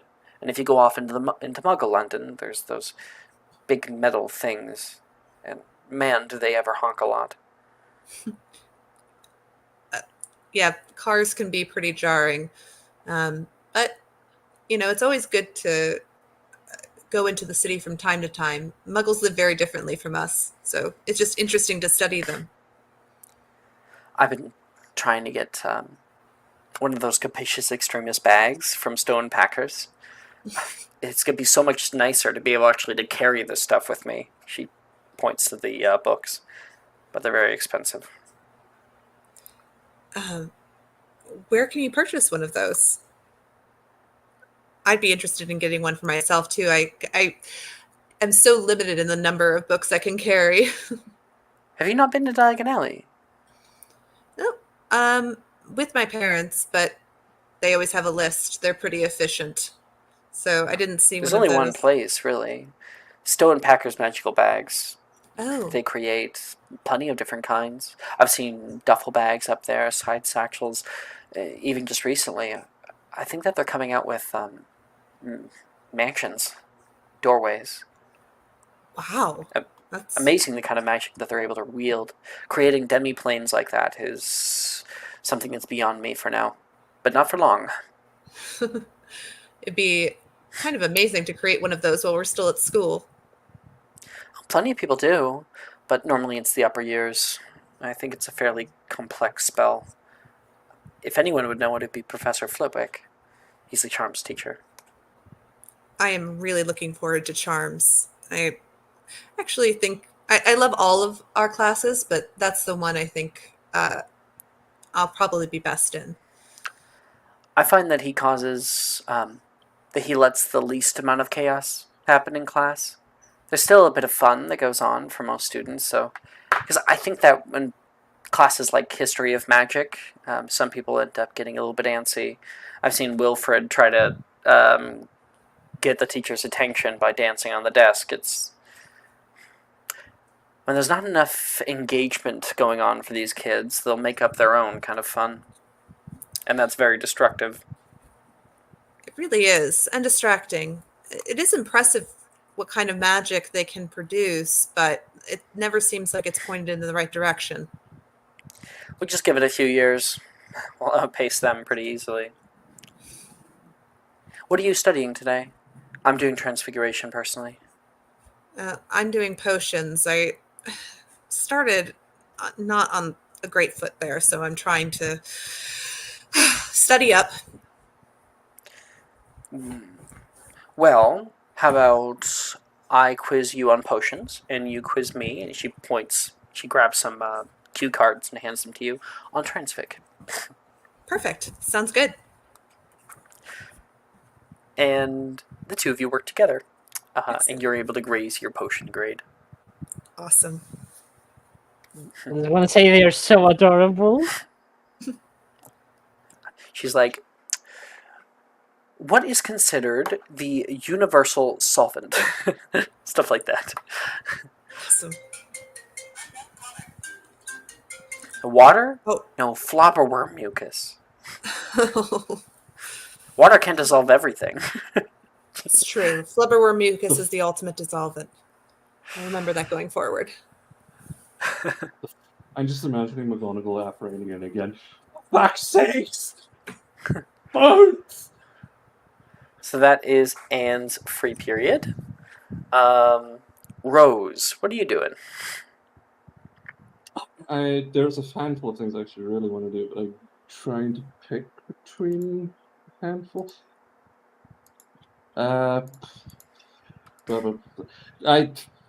I have very little idea. Okay, that's fine. We can go to someone else, and then you can think. Camilla, Edgar, you guys Fascinating, reappear in Edgar. the bell tower, I guess. Okay, what's the plan for today? Forest? Forest. Okay, but I do have a question. Why do you want to go? What do you mean? Anywhere. I love exploring in general. But I do. Okay, so I want the eggs. You see, the headmistress, she was saying, "Oh, if you see eggs, you bring them to Professor Hagrid, right?" Right. But I think that was in the castle. It was in the castle, yes. Eggs around school No matter. grounds. Eggs. So We no might find a forest? doxy, or maybe even a dragon. Oh, no forest? A dragon. Uh, yes, Forest. But the eggs are in the castle. We're always in the castle. We're never in the forest. Okay, let's go to the forest then. Why are you mentioning we- the eggs? I was just asking. Should we bring someone with us in case we don't want to die? I mean, we could ask Anne and Rose to join us. How about this? We break and then we meet at. Where should we meet? Where should we meet? Quidditch pitch, probably. Quidditch pitch sounds good, yeah. Or There's a lot of so- Quidditch pitch, or you know what? Actually, I think what would be more interesting for you guys is if you Mhm. met at the Standing Stones. Okay, the standing stones then. Okay, the standing stone. I think I know what that is. So who do you want to go pick up, and who I'll do I go go pick pick up up? Anne. Okay, I go pick up Rose. Okay, Okay. see Break. you there. No. Don't be late, or else I'll Because of go the- here alone. Because of the natural 20, I do know exactly what I want to do, but it would make me unable to be found. Basically, my dad was an old Hogwarts student, and he wrote in his books about something very interesting: the Room of Requirement. And I want to grab Billy and see if I can hunt it down. And getting that 20 on it. Gotcha. Okay. Yeah.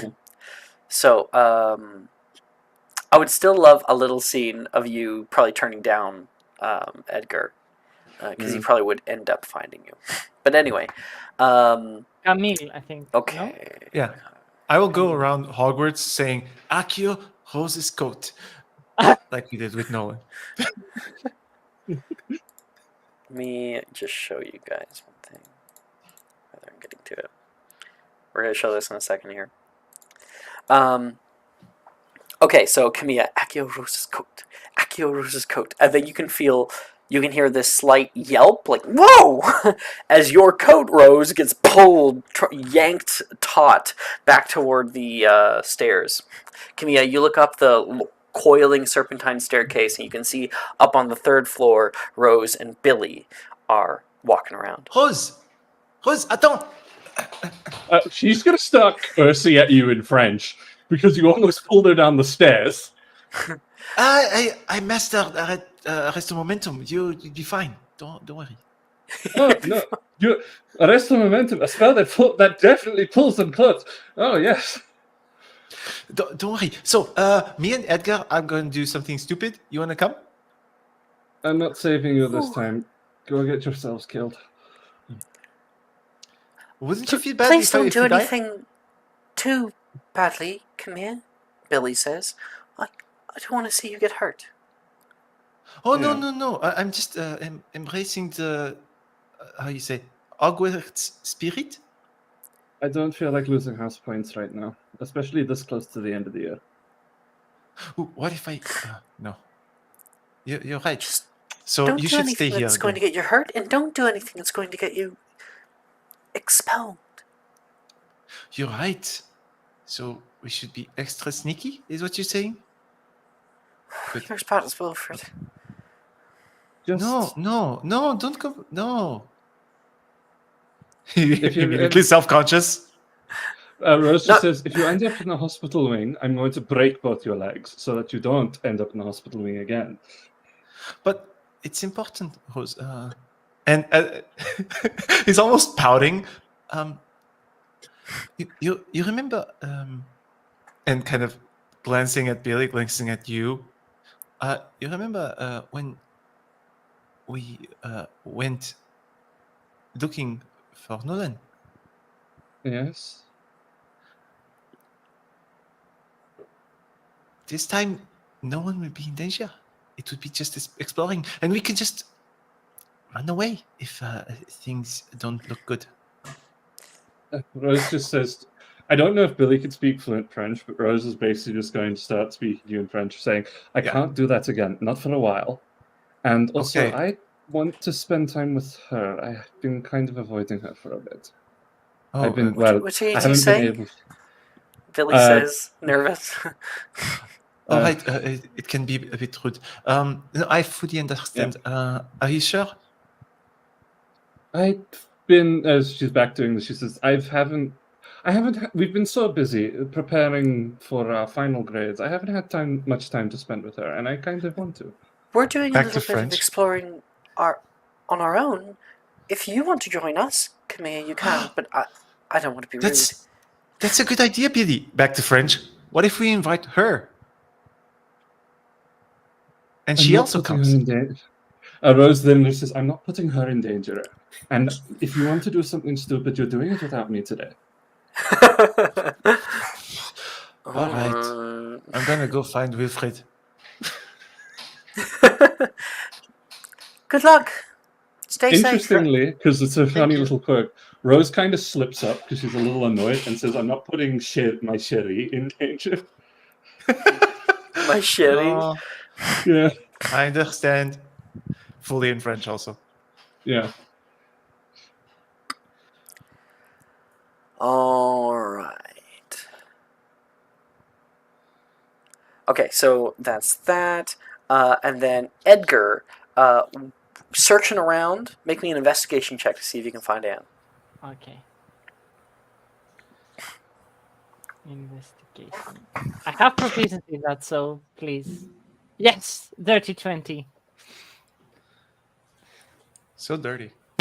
You find yourselves in the library, tall stacks all around you, and you can see Anne and Janice actually like getting along, which is the weirdest thing because Janice doesn't have any friends. Okay, he's going to approach a little bit scared to intersect between them, and he's gonna be hi Anne, hi Janice. Hi, Edgar. You didn't invite him, did you? I shoot. I say, no, I didn't. What's up? Sorry to interrupt. Edgar, we're you. a little busy right now. Yeah. Yes, but I need Anne for just a moment, if you wouldn't mind. Fine. She waves her hand. Shoot Janice an apologetic look, and I said, I'll be right back. It's fine. It's fine. We're almost done anyway. That's true. Maybe we can put a pin in this and make this a regular thing. Well, you weren't entirely insufferable. Sure. Sounds good. And she stands up and I take my stuff and I go over to Edgar. What's up? What? Hi. He's going to take Anne to the most corner of the library, so they're a little bit even more Little quiet corner. Yeah. So, have you heard of the Forbidden Forest? Yes. The number one thing I heard is that it's forbidden. Exactly, but that's what makes it interesting, is it not?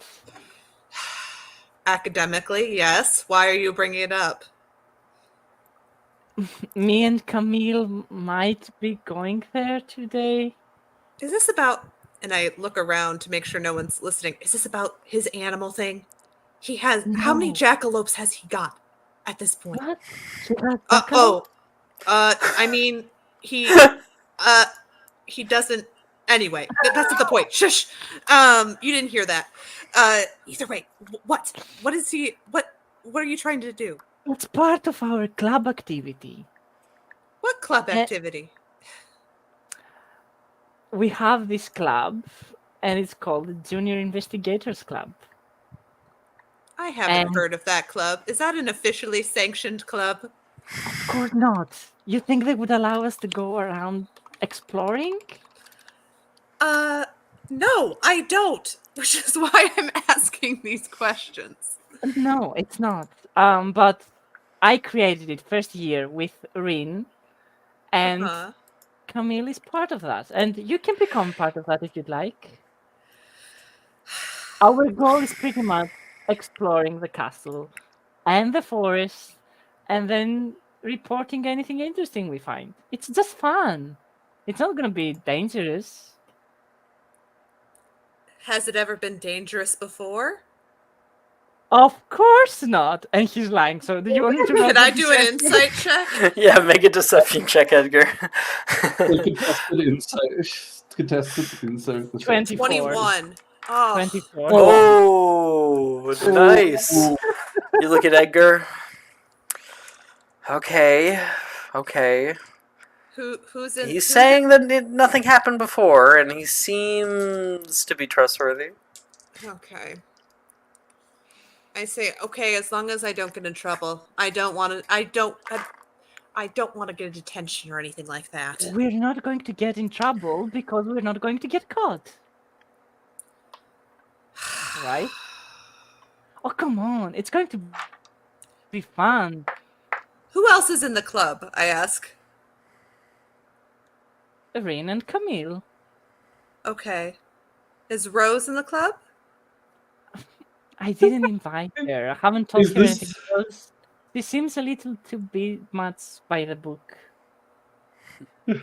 Is your measure of morality whether Rose is involved in something? No, but it does seem that based on the limited 2 days she's been here, it does seem like there might be people more willing to break the rules and people less willing to break the rules, and maybe Rose is on the less side of that. Okay. Also, think of all the interesting plants and things we can find in the forest. Where would you find that knowledge here?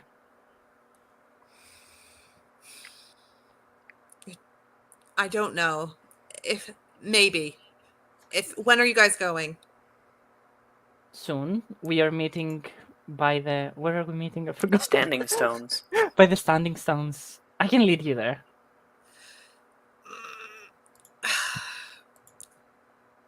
All right, but if we get caught, I'm never speaking to you again. We are not getting caught. Come on, why would you not speak to your best friend? You told me we were best friends. What? and does not remember, but you did save her from Pretty sure it was dying. Edgar who said that. Oh, Edgar Yes. said It was that. Edgar who said you were best Yeah, friends. and What? You like- said we were best friends. Make another deception check, Edgar.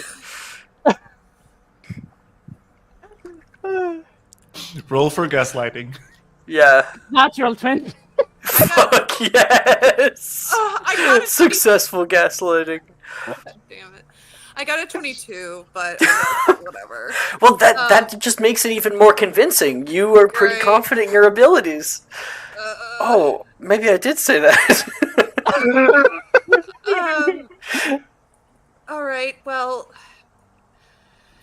you did save me from falling to my death today, so I guess if you would like me to come with you, I think it was a joint effort, but you did have your part in that with Wingardium Leviosa, so I guess if you and Camilla are going, I will go, but I stand by not speaking to you again if we get caught. I'm not going to have a reputation of being,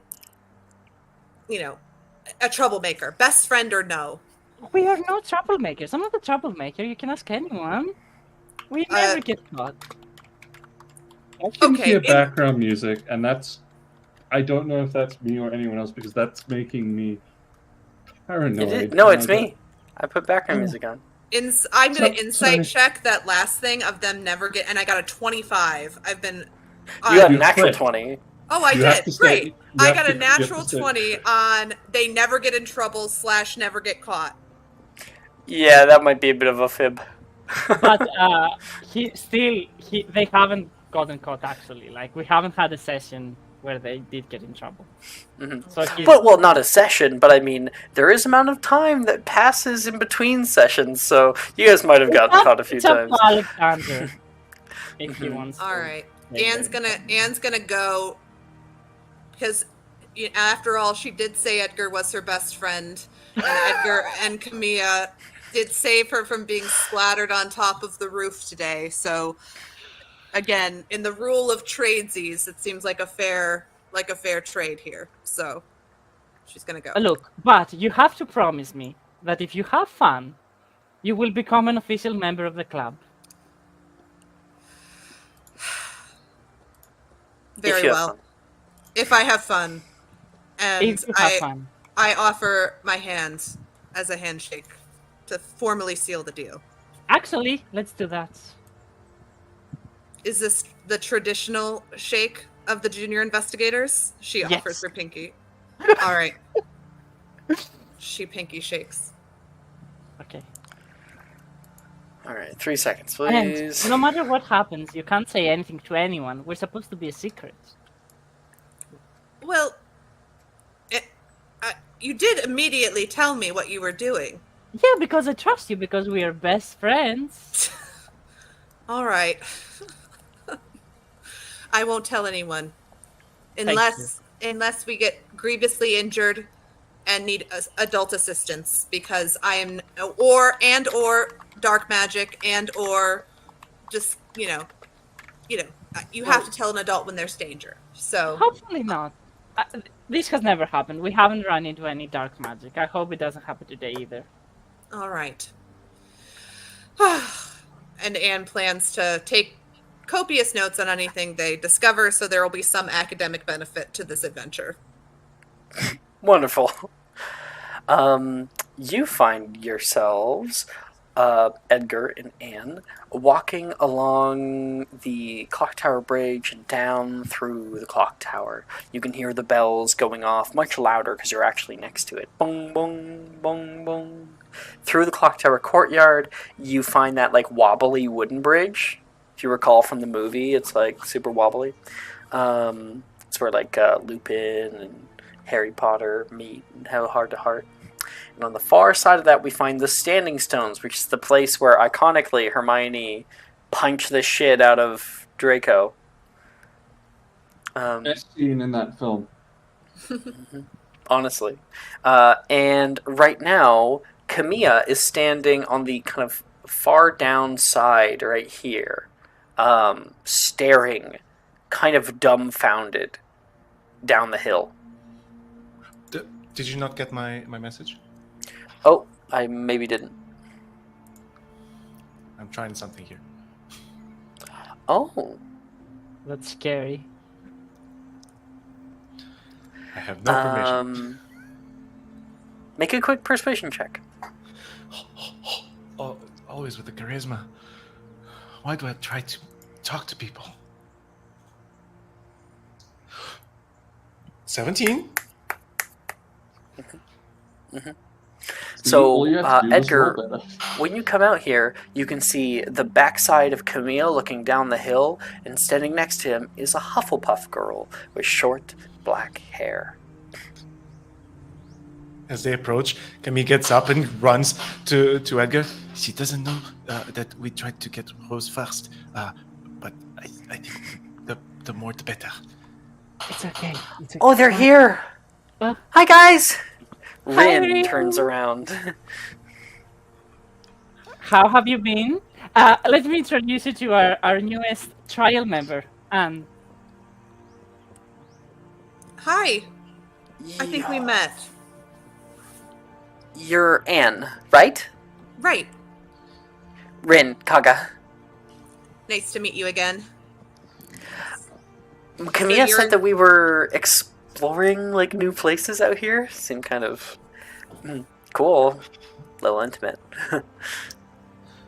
Yeah, I think we are going to look around the Forbidden Forest. Edgar sort of mentioned it's extracurricular, part of the Junior Investigators Club, the unofficial Junior Investigators Club. Oh, I thought it was like a double date. What? What? What? Anne turns to Edgar. Edgar, there's one. She looks so confused. Oh, sorry. I He guess kind I of just pointed assumed. himself and at each of them.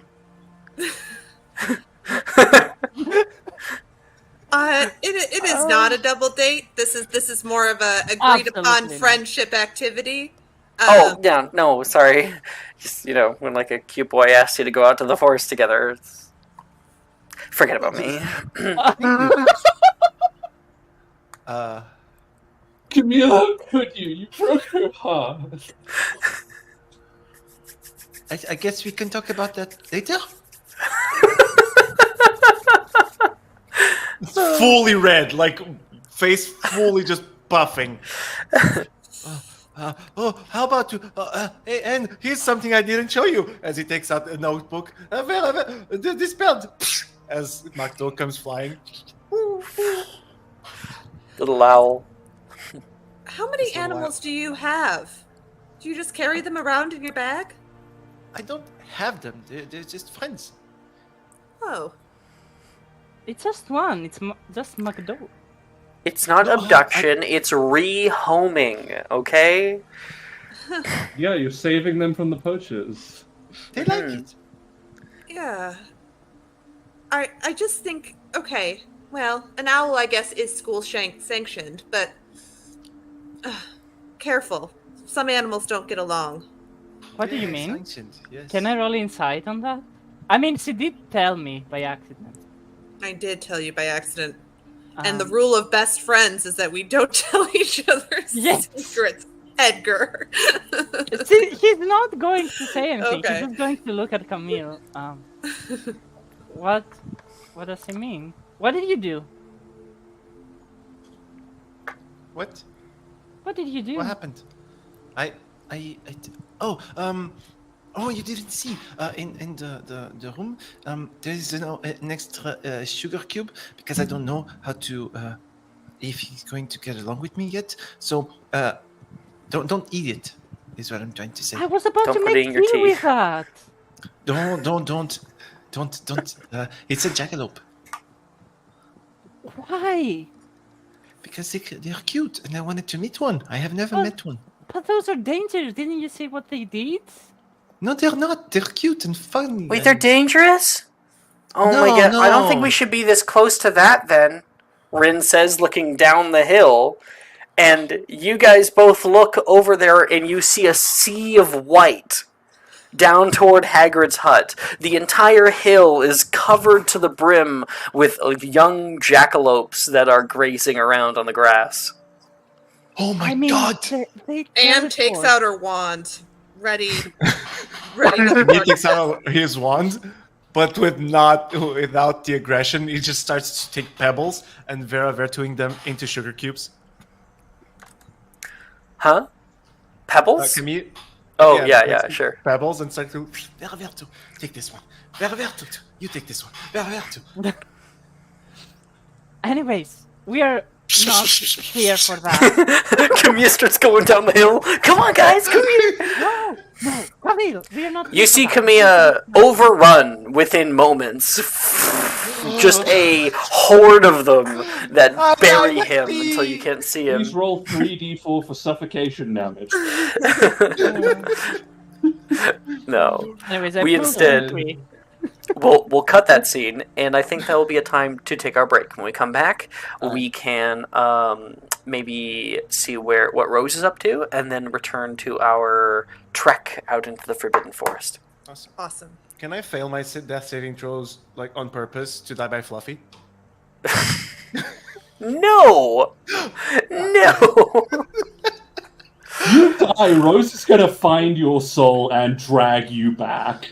You know this. She's too invested in this. This at is what point. DMing for other DMs looks like. It's like, can I roleplay being useless? can I fail all my death saves? Can I just choose to fail? Failing is fun. Rose All right. will drag your 10 soul minutes. back. See you guys then. Are you looking for that perfect gift for that tabletop role player in your life? For that podcaster? For that little sister that keeps going on and on about shiny math rocks? Well, look no further. OBP Musical has you covered. Original theme music for your characters, worlds, podcasts, and more. Has your bard written lyrics about a party member's tragic demise? Let us compose to them. Or better yet, let us write those lyrics for you.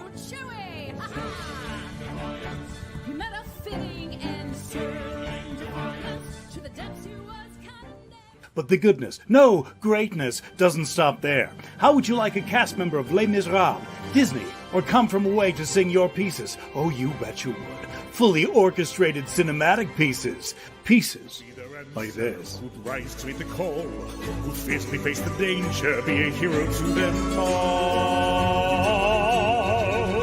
For the hordes of people We have 8 vocalists, 7 composers, 2 lyricists, and an admin team ready to take your request. For as low as $60 US, you can get your own musical theme. OBP Musical, making fantasy a reality.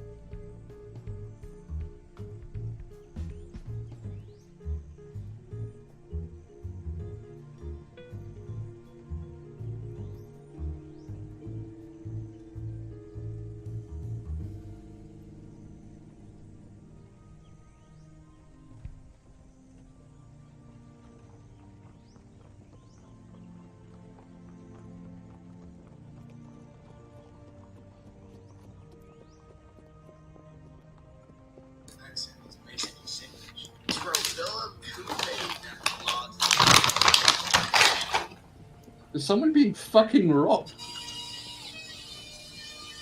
I apologize. I thought I was muted. See, this is the power of Portland. It sucks almost all the time until you hold on to that one nat 20. That is the stupid thing. And then it sucks for the DM. Then it sucks for the DM, because of course it does. Wait till I can start imposing my fucking Dark Visionary rolls on other people. And then it sucks for everyone else. Oh yeah. You are so lucky I'm not like a proper like divination wizard for D&D, because you get 2 of those and you start. Magic and Mysterium is brought to you by Raid Shadow Legends. Alex, I'm Joking. gonna have to request like a fucking refund on everything now. Yeah, unsubscribe. Unsubscribe. I can't support you if you're gonna take sponsorships from Raid Shadow Legends. Ugh. I mean, sell out, right? Make money. Fuck that. If you want to sell out, I'll help you. All right, welcome back, everybody. Coming back from the break, we are focusing down upon Rose and Estelle. The two of you, Rose and Billy. My mind is not here today. As you guys are climbing the serpentine staircase, he really didn't say like what floor it was on. Sorry, let me get my Irish accent back. Really didn't say what floor it was on. She says, well, neither did my father. She's like flipping through this book. She says, what she's noticed is in one of the pages describing like secrets of Hogwarts that her father had found. It's just a hastily scribbled new note that just reads, there is a room that, if you ever feel in danger or scared or lonely or homesick, there is a room that shall give you what you require. There's a lot of rooms in Hogwarts. Well, when I asked him about the secrets, he always said, "Oh, I've left you lovely little riddles, and you can figure them out on your own. You're a smart girl." Right? Here, maybe I'll take a look at it. Can you give me the book?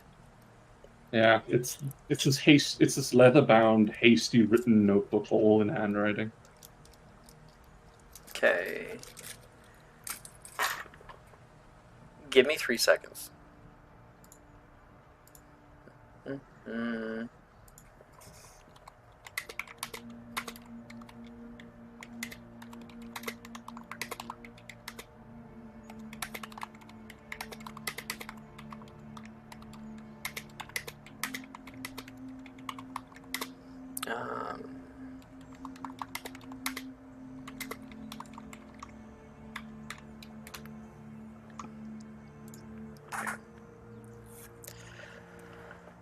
Okay.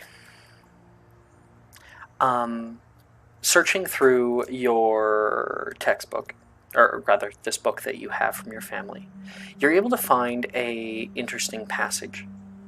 It says, "In a great hall where stories dwell, a peculiar sight awaits to tell. A man of grace among the brutes teaches damps and clumsy boots. Where might you find the scene unfold, woven threads of tales old? Seek the wall where shadows play, and find where the dancing giants sway." Rose just says, "I never knew my father was actually quite a poet. Never writes, never speaks like that." Here, I just sent it to you. Yeah.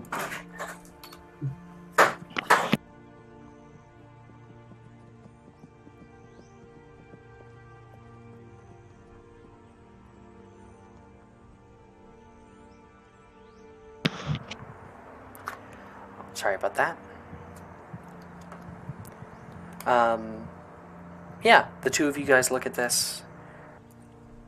Dancing? Maybe the assembly hall. I hear that they host dances out there. Maybe. All right. Hmm. Dancing. Woven threads. Tales old. Is it covered in banners of any kind? Fabrics? Banners? I don't think so. Why would you say banners? Woven fabrics of tales old. Woven Oh, thread. like like a tapestry. Yes.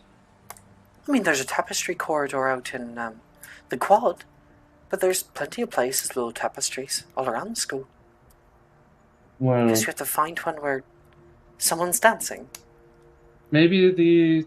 Is there a tapestry hall near the dance? You want to hall? make me a history of magic check?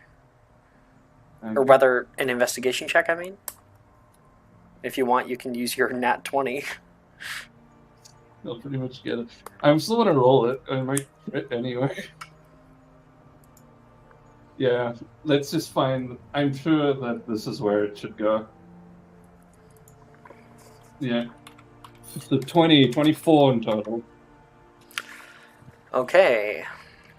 You're thinking about all the different tapestries that you know of in Hogwarts, and there is one that sticks out to you. It kind of like a bright thought comes over you. Of course.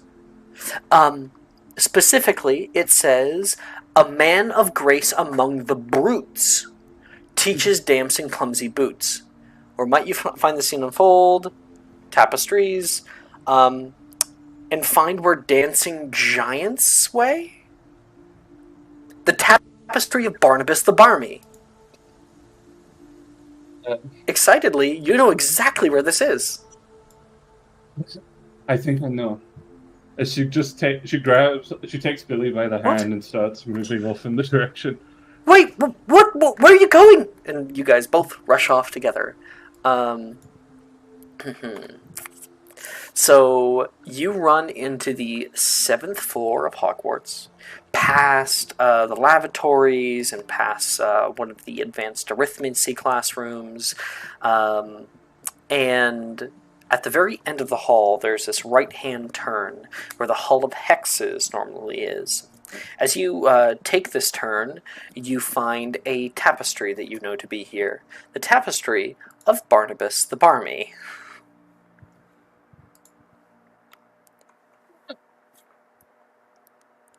What on earth is this?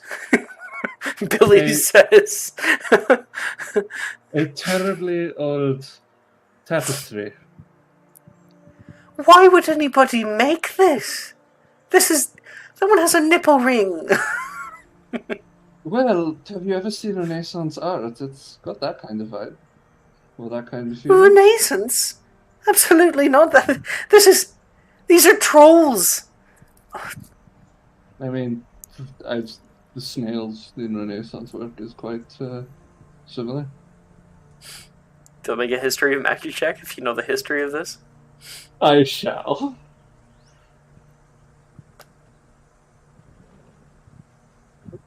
Eight. 8. You unfortunately do not know the story of this. You can just see the little plaque that says Barnabas the Barmy next to it. And that means that it must be around here somewhere. Nearby. You can see all these... it is a moving tapestry, so you can see these trolls dancing like ballerinas, and some of them bashing down toward the head of Barnabas the Barmy with their clubs. It should be here. Interestingly, Rose is going to give into a feeling of homesickness because it's quite close to the end of term. In your mind, you think desperately about what you want. You walk up and down this hall, trying to see if there's a door that will lead you somewhere. You see one that has a heavy metal shutter on it, and on the door is written, Professor Horace Eugene Fallacious Slughorn. His office is up here. Huh. Continuing That's good. to walk past again, you find on the other side Professor Sybil Trelawney, another teacher's office that's down here at the back of the building. You head back to the tapestry. Billy says, "Is that really it? There's got to be another way. Maybe something secret." That's the point. Something. My father wrote it would be if I ever required anything, I'd be looked after. What do you need? Just. Do you? Rose just. I just. Oh, as she goes, there's just something I have to say. Don't worry, it's not what you think. When you say that, there is on the other side of the tapestry a door that begins to erect itself, coming out of nowhere, conjured out of thin air, and pressing through the stonework of the building. A hefty, arched door. Oh, Rose! She points behind you, and Rose, when you turn around, you see it just form and finish. See, Rose, you walk by once, walk by twice. On your third walk by, and thinking about what you needed, it showed up. Oh. She's just going to push the two open and just walk. So, what kind of room do you require exactly? It's supposed to be. She's kind of homesick, but there's also she just really wants to talk about stuff without anyone's prying eye.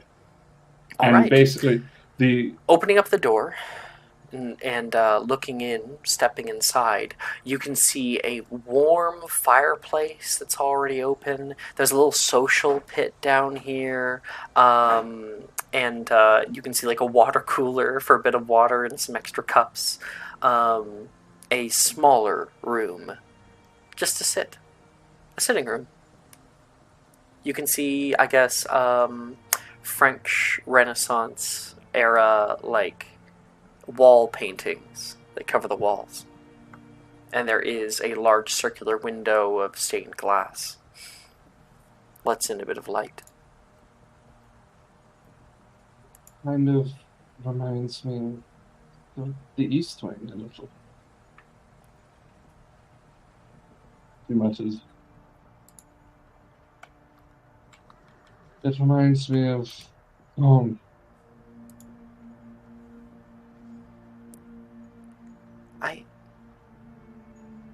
I never knew something like this was in Hogwarts. I It didn't could be even think anything this you kind want it to be. I didn't even know this kind of magic was possible. And I've done impossible things. Must be highly advanced. We actually did it, Rose. We discovered something. This... Well, I guess more you discovered it. I didn't really do anything. No, I'm sorry I couldn't Come be to- of more help. you're always of help. Your company is more than comforting. She goes Even if you over don't- and takes a seat on the chairs and very plush. She sits down. Perfect place to have a conversation or talk about something. There's something bothering me, and I need to ask you something. We had to go all the way here for you to do that. Well, I'm We share a dormitory, Rose. We can talk anywhere. I'm shyer than I appear. Just false bravado, as they say. I wish I could even make it false. You're braver than I am. She says, "Why are you so afraid to come with me?" To what? To where? To Paris, or out to the country.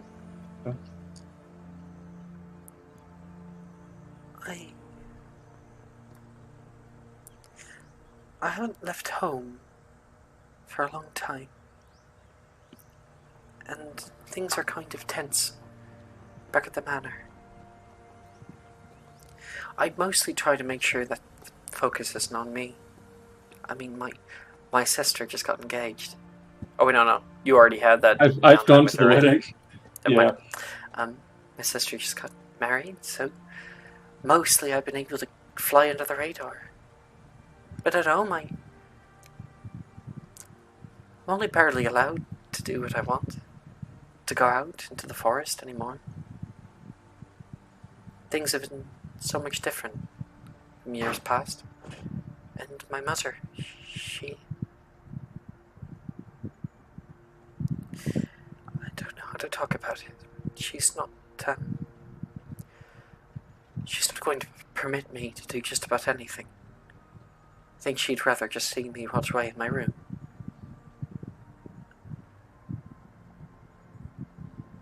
Horrible. It's truly awful. I don't know how to fix that. I don't know how to express empathy for this. I have always had some semblance of freedom, even if my mother would otherwise choose differently.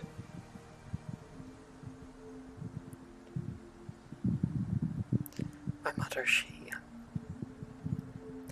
recently there was a fight between her and my father. The two of them argued for hours upon hours. And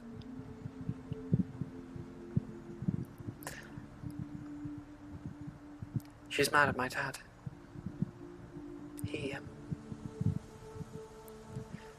I don't think that she's my biological mother. Oh. She seems to think that I was born into a, Oh, sorry. Backing up, because it's a little bit more confusing. I'm presenting it wrong. She says that the two of them had a fight, and my mother divulged to me that she's not my biological mother. She told me that I was born out of wedlock to a Muggle woman.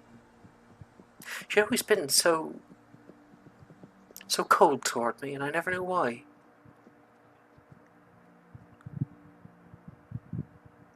And now I guess she feels like she's justified in some way. No, she isn't. You do not justify anything through cruelty.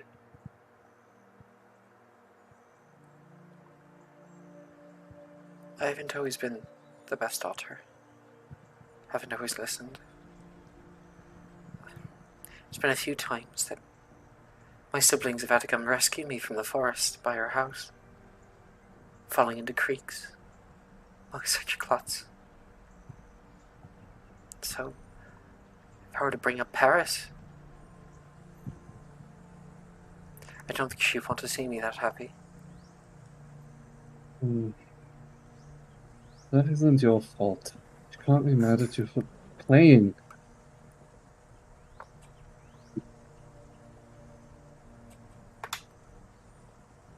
It's just not right. It is I don't... how it is. It's the reality, and that's your answer. I hope you don't think ill of me because of it. I think better of you for trusting me. But reality is not always as fixed as people believe it to be. Would you help me with something? Anything. I'm not the only one. One of my sisters. She was born before my father met my mother. Catriona is her name. She's a lot older, and she's living her own life. I felt kind of anxious about sending her an owl, or trying to talk to her about any of this. But Would you help me? Always.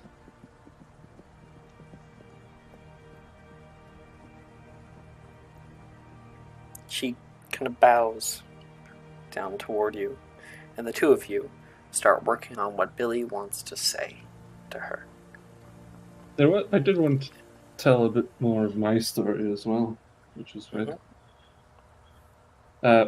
After we get like the letter going, I say, I should give you my story as well.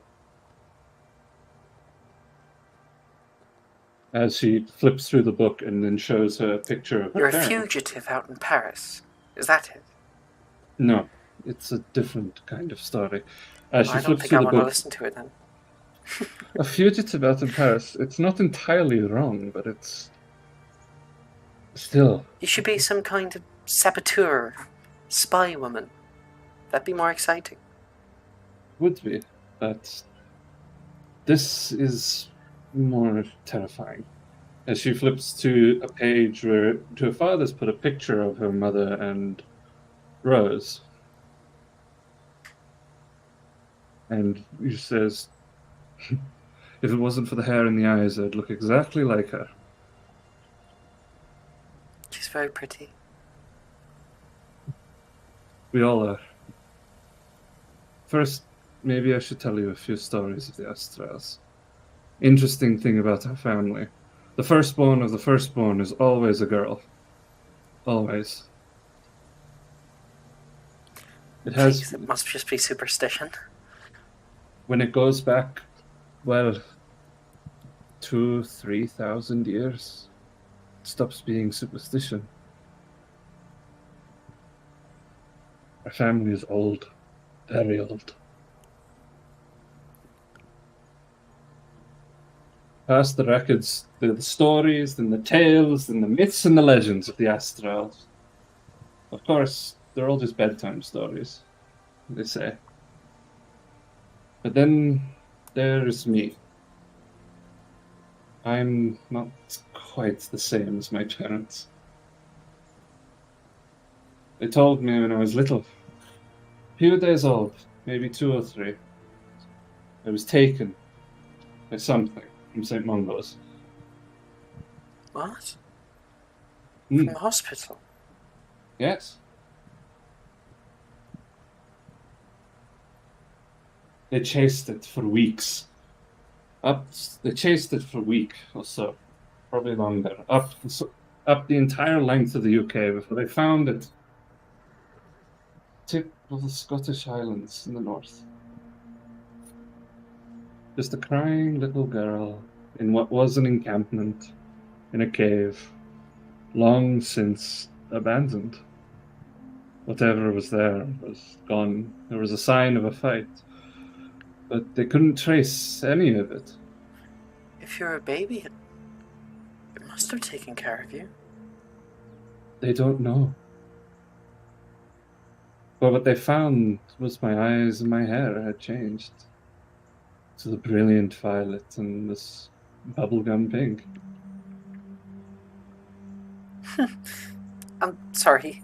Just seems a little funny. It is until I got little. Do you know that phoenix I have? That little one I sleep with because the nightmares. Little plushie, yeah. I was always It thinking was about getting him a little hat.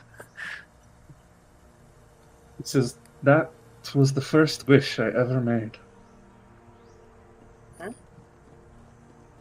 Wish?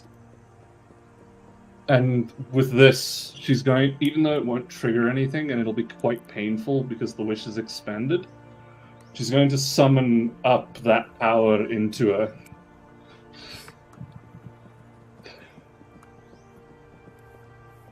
And as she does, her hair becomes bright as energy and eyes fully golden orbs with all of her threads and strings and connections visible.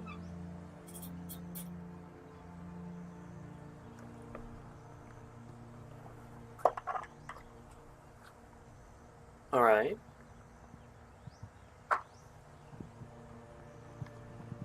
She says, My abilities, they allow me to change the world around me. Whatever I will can be made so. It sounds like a kind of scary burden to be carrying. Why is... She gets really confused as she lets it, like, all crash. No one's ever truly afraid of that. I know if I were to meet somebody that could do something like that, even rarely, I would worry if I could trust them. I would hope I could.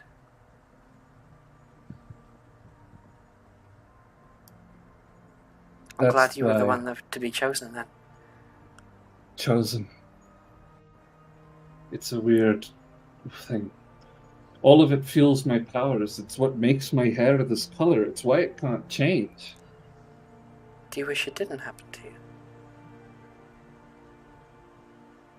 Long ago I did. Now, I'm only grateful.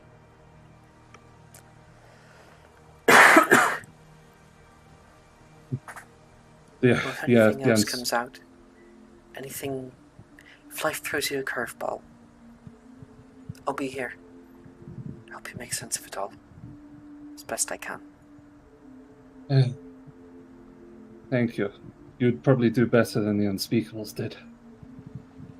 At least, I think that's why they wanted me. It's hard to remember. And the two of you continue to talk for a while together. A little bonding time. Kania, Edgar, Anne, you guys walk off into the Forbidden Forest after Kamia's failed attempt to gather more of them. You're traveling for a little while, and who is going to be the leader of your group? Who's leading the way? Either me or Camille. If Camille wants to take the lead, go ahead. Make a survival check. You want my help? Go. Okay. I shouldn't be rolling. Do you Yeah? want a help action on that? Can I give a help action to whoever's going to roll? Yeah, can we help him or? Yeah, so he would have advantage on the check.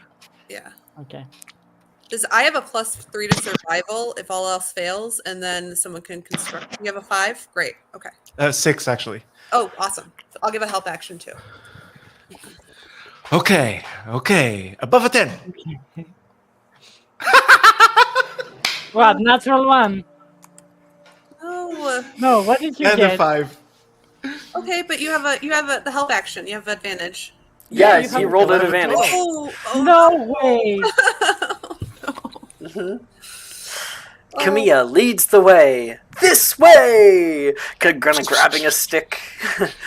And you guys pass into the Forbidden Forest. The trees grow taller the further you go. The darker the canopy above becomes, the more lively the place around you is. Low-lying mist rolls through the expanse in front of you. The forest itself, while it is, a little bit later in the day, there should still be light out, but down here at this time of day, the trees block out nearly everything. It's getting darker over time. And, Kamiya, I'd like you please to roll me 1d122. 122. Mm-hmm. My pleasure. We might have to roll another one if it doesn't fit, but we'll see. Could I, as we're getting in, just give a small instruction to Magdo? Mm-hmm. If something happens, go to Rose. Give me a 8. 8. Okay, what's this? What the heck is this? And we are meeting a dragon. Death by fluff. 1 second, I'm just reading. We already had an attempt at that. Okay. The further you guys move in, Kamiya, your boots start to go down and squelching into mud. Oh. Very quickly, you guys find yourselves thinking that trudging through you'll just move past it, but you find that you're just moving deeper into a kind of murky bog. There is more and more life. You can hear the sounds of little crickets chirping all in the underbrush here.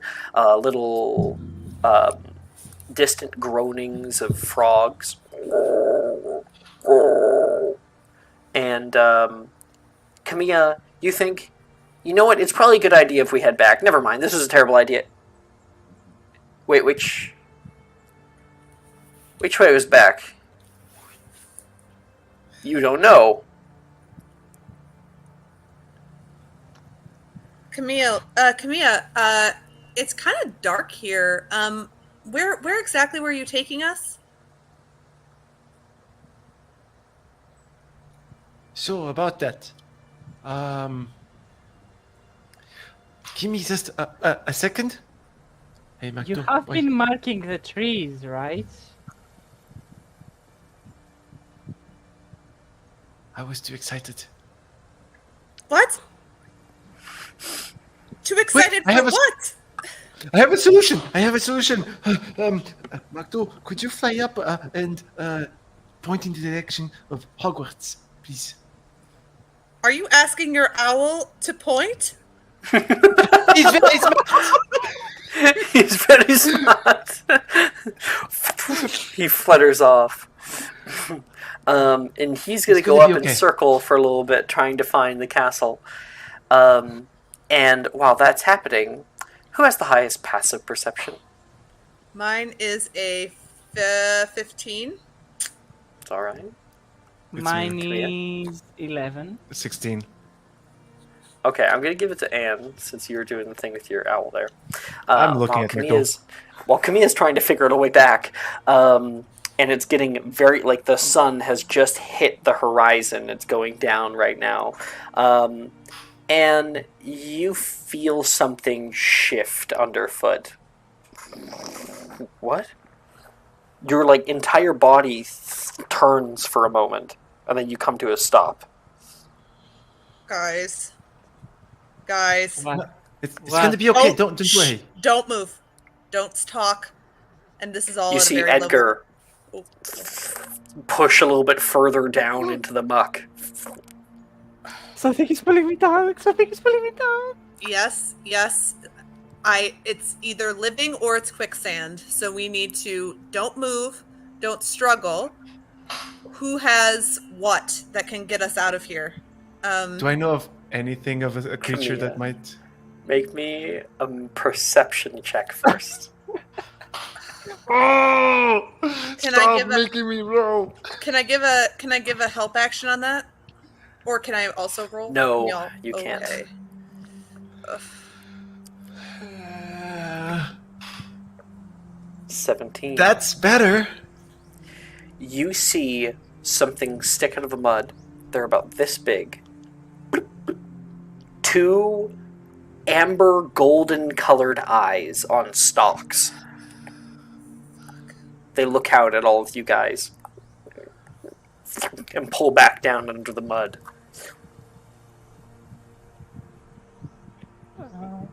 Could I make a magical creature check to see if I've heard of anything of the sort? ever? Sure. Mhm. Big dice. Big dice. That's not big dice. 14. These ones are fairly common. This is what looks to be a very, very large Bundyman.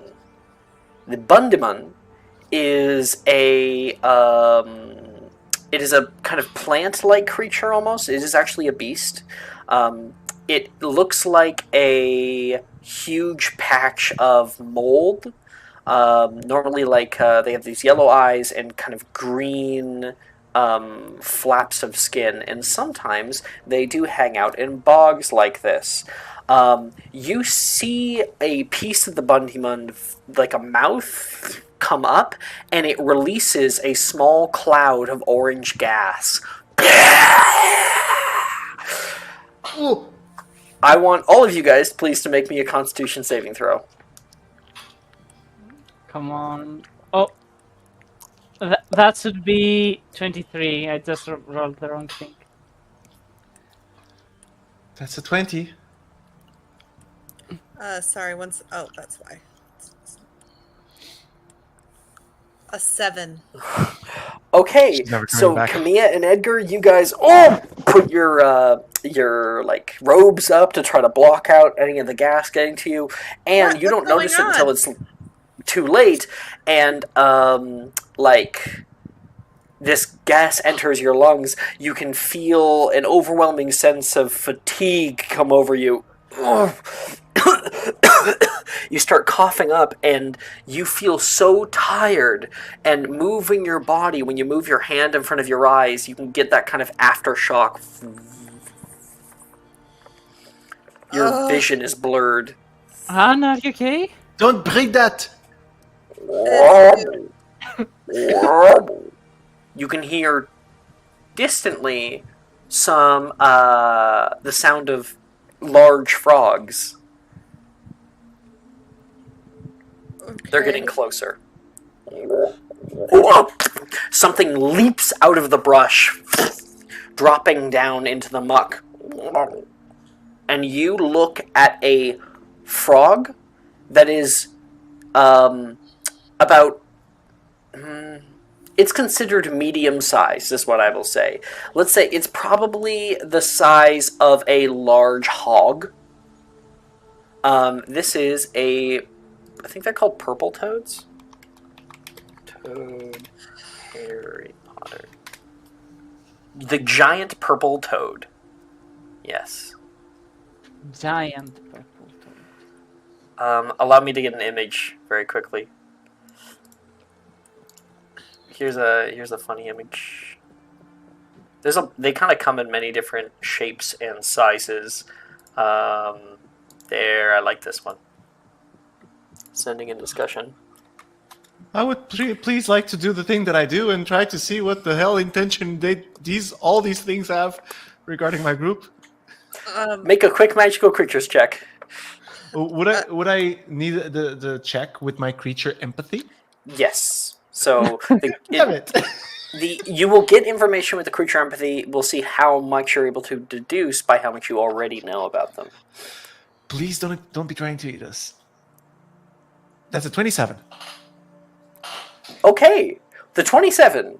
They are definitely trying to eat you. Bundymuns are able to secrete a gas that causes most small creatures to become paralyzed. They are creatures that feed upon like secretions that are left by the frogs, the giant purple toads. And these purple toads release this secretion when they eat. So it traps prey for them. The frogs come, they eat the prey, and then the Bundyman eats the secretions that the frogs get. Disgusting. Okay.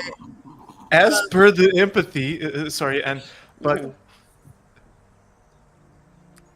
I also get possibly actions I can take to urge it not to attack, please. Yes, yes, you can. So you see the first one come out there and look at all of you guys, and it turns toward Anne, who seems to be the slowest, and then you can see two more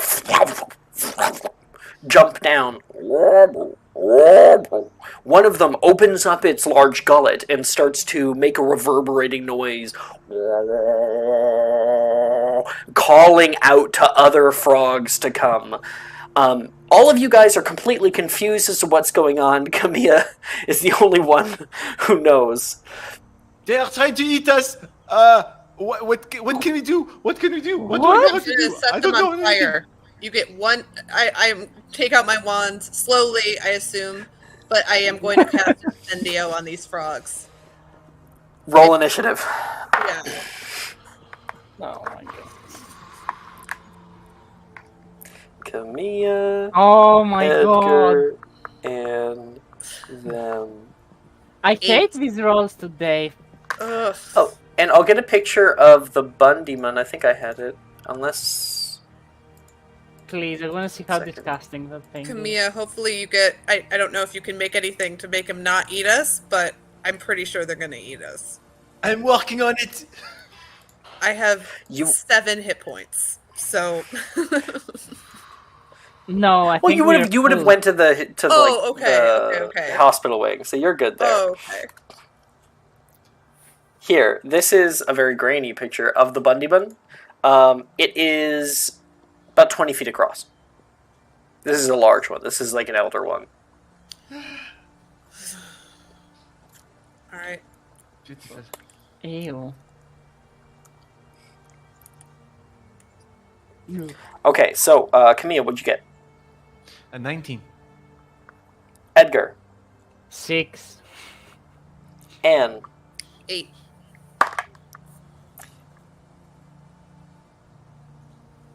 Okay, looks like the frogs, I didn't roll very well, so they'll also be going last. Camilla, you are first, as you can see Anne pulling out her wand, ready to cast out something at these things that look very hungry.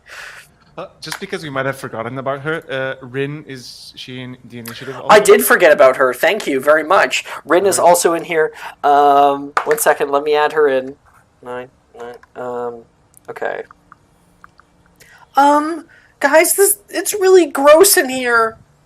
I'm thinking! Camille, Camille, what do we do? Do I know what we could do? Everyone is currently in difficult terrain, so movement is halved. Anne's movement is halved again, so she has half of half. So that's 5 feet. Yeah, so as far as I know, run away. Well, yeah, but these frogs aren't affected by the difficult terrain, so they will be probably Okay. chasing you guys. If you want, you can try to urge them not to attack. Right? I will try to do that, yeah. I will try to... I'm not croaking, but... please don't attack us! I'll give you anything! I'll give you anything. I come in peace! That We can't come in work. peace! That can't work. There's no way. Make a persuasion check. Is it persuasion? Can This it is gonna be magical crazy. If creatures? this works, Can it be magical creatures, please? that's But you're no, Man. no. Damn it! You're talking. You decided to talk to them. I know! I'm panicking! Anne's gonna die! Okay, let's roll it. No. That's a no. nine. Oh my god. Not going to die. What? They send off a large tongue that flies over your shoulder, and it misses you, pulls it back into its gullet, and leaps closer toward you. That's Camilla, his action trying to get them to stop. Nope, not today. It is then Rin's turn. All right, Plan B. Back up! Bombarda! She's casting a Bombarda at them. So them, Rin. Get them. That is a 10 to hit, which does not. A large crater is created as bits of mud go flying all around. She's screaming and running. She's only able to move 5 feet. Oh no, I didn't roll for her con save. She succeeded as well. Damn. So she's able to move 15 feet, trying to get out of the mud. Ew, ew, ew, ew. Okay, then it is Anne's turn. I am going to cast... is it 2 frogs in front of me? There's 3 of them. Great. Are they in a... just for visualization, are they in a 5-foot cube? No. They are medium-sized creatures, so one of them fits within a 5-foot cube. Okay, the one closest to me that looks Okay. is Was looking at you. yeah, that one. I'm gonna cast a incendio on it. Damn. Okay, so it's gonna make a dex save. Yeah. Dex save. That's really good. That's an 18 on the die. Crap. Okay, Of course, so they if have a positive. It takes half damage. okay, so it's 3d6 or sorry, 2d6. No, wait. 3d6 fire damage on a failed save or half that on a successful one. Yeah. Okay, cool. How do I roll 3d6 on here? / then tab prompt 3d6. /3. Sorry, what is it? / and then you'll get a prompt box 3d6. Just like that. It's not doing that. Exclamation point R space 3d6. Mine was set to slash. But that's how I do issue all my commands. 9. 9 damage. Have to 4 actually. So there's a little bit of flame that leaps up out of your wand, and this frog, who is going to be going next, is going to leap toward you out of the way of the flames. And any bonus actions? Bonus action disengage. And No, those are actions. Okay. There's no rogue. Let me Do you see. have Yeah, Quicken Cast? I have. So meta magic. Let me see. No, I have quicken spell and subtle spell. So. No, yeah, Quicken Cast, Quicken Spell. Oh, yeah. okay. And then, So, with Quicken Cast, you can spend some sorcery points and cast a spell as a bonus action. However, there is not more than one leveled spell per turn. You can only do one. So, you can cast a cantrip, like a Bombarda or something like that, as a bonus action. Or All Infirma right. Cerebra. That is exactly the one. All my other cantrips are like not for this. So I will do that. I will use one of my sorcery points and I will cast Infirma Cerebra on it. So that is, let me roll the hit. Let's see if I even hit.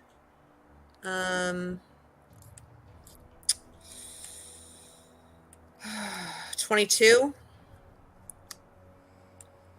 And then it is, so I'm just 22 hits, I assume. Yes. And then it's 1d6 psychic damage. 6. Oh, nice. Fuck yeah. Alright. So that one... You did So 4 10 before and 6, so a total of 10 damage? Yes. Nice. Okay, that one's going to leap out toward you. It is in midair, going to release its tongue toward you. And it's going to try to grapple you. 13, does that hit you? It does. The tongue grabs you by the face and pulls you in. It's going to try to bite you, or swallow you. 15 What? to hit. What is your AC? It hit. Oh, wait, no, it has advantage. Yep, 15. My AC is 13, so it met it. Mm. It met it, so it definitely got Yep, me. meets it, beats it. And you get hit. You are now grappled, and then it bites down over Anne's head.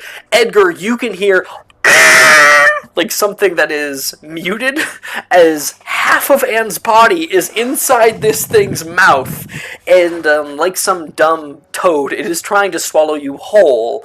I don't know if it's especially big enough to do so, but it's gonna try. And you do end up taking some piercing damage along with that. No, that's not the right dice. That is 7 points of piercing damage. Great. Back down to 7, gang. we're going to have one leap out toward Camilla. It's going to do the exact same sort of combo here. Tongue, natural 20. It looked like that was the one that doesn't do any damage. So Camilla, you are grabbed by the head and brought down into the mud, pulled toward it. You are now prone, grappled. Is advantage. It's going to try to get you. Oh, it didn't do very well. 11. It's 12. It misses. Yes, it misses. So it brings you down to the ground. Jumps forward to try to swallow you. You can see it releasing that kind of odd sweat that it does, that the Bundeman's going to be eating later. And you're able to jump back, mud covering you entirely. And we will have one leap out at Edgar. Let's go. Oh, it missed its first attack. That's a 6. Mm-hmm. Puts out its tongue toward you, and you're able to grab the tongue and throw it back. That means that it does not have advantage to attack you properly. Oh, that's another 6. I like to think maybe it jumps out toward you, and you, like, kick it, curb stomp it in the face. The entire face pushing inward. Edgar is a soldier. And now it is Edgar's turn. Okay. So I need a little bit of context so I can think what I'm going to do. Yeah. Are we lined up next to each other or are we split? You guys are like kind of split in a little triangle, yeah. Well, with Rune, so square. Okay. You guys are split up maybe a few feet from each other. Okay. Are the two toads on Anne and Camille within 15 feet of each other? Yes. In that case, I'm going to cast Immobilus for those two. Ooh, okay, yeah. But I need 7d10. to attempt it. Oh, okay. Give it an attempt first.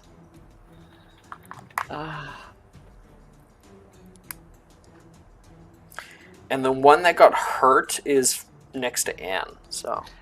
I will use my inspiration. Also gain a d4 from Rin. She's a Hufflepuff. Oh, okay, let me do that. Come on, Edgar! That's so cute. 1d4. 3. That succeeds, right? 12. 3 with a what? How much is it? Level 2 spell. So 12. Yes, that is a success. Just okay, exactly. We don't need to use Be sure to go and edit your spell list to make it a success, by the way. You successfully cast out, and you want to roll me 7d10. Or if you want to upcast, I believe you can roll more. I don't know if you... Oh, it's a second level spell anyway, so you can't upcast. Not yet. 21 total. Okay. That's awful. It is not the best, unfortunately. Can I use my unless you have inspiration on that? Not on the damage, no. But when you send off an Immobilus toward it, the one that's in front of Anne specifically is like the closest one, and it gets shunted up into the air because it already had a bit of damage onto it. The one next to Camilla is lifted into the air and then drops back down. Okay. The one in front of Anne as well begins to squeal like a pig, and then you see it release something. You know, toads are disgusting. You can see little white pellets start falling out of it, like shooting out of its back and dropping down into the ground around it out of fear. Yeah. Camilla, make me a magical creatures check. Please. That's so disgusting. I'm gonna throw up. I'm sorry. That's an nat 20 for 28. Oh, those are eggs. Those are giant purple toad. Not like. I guess they're called spawn because, yeah, Toad. they're fleshy because eggs. They don't have a shell. Yeah. How they're still eggs. How big are they? just smaller than a golf ball each. Already? Do they hatch like soon? Nope. No. Oh. It's terrified. It's releasing the eggs to like go be free without me, survive. Because this thing is held in air. Okay. Nice one, Edgar! Rin yells toward you. And then I have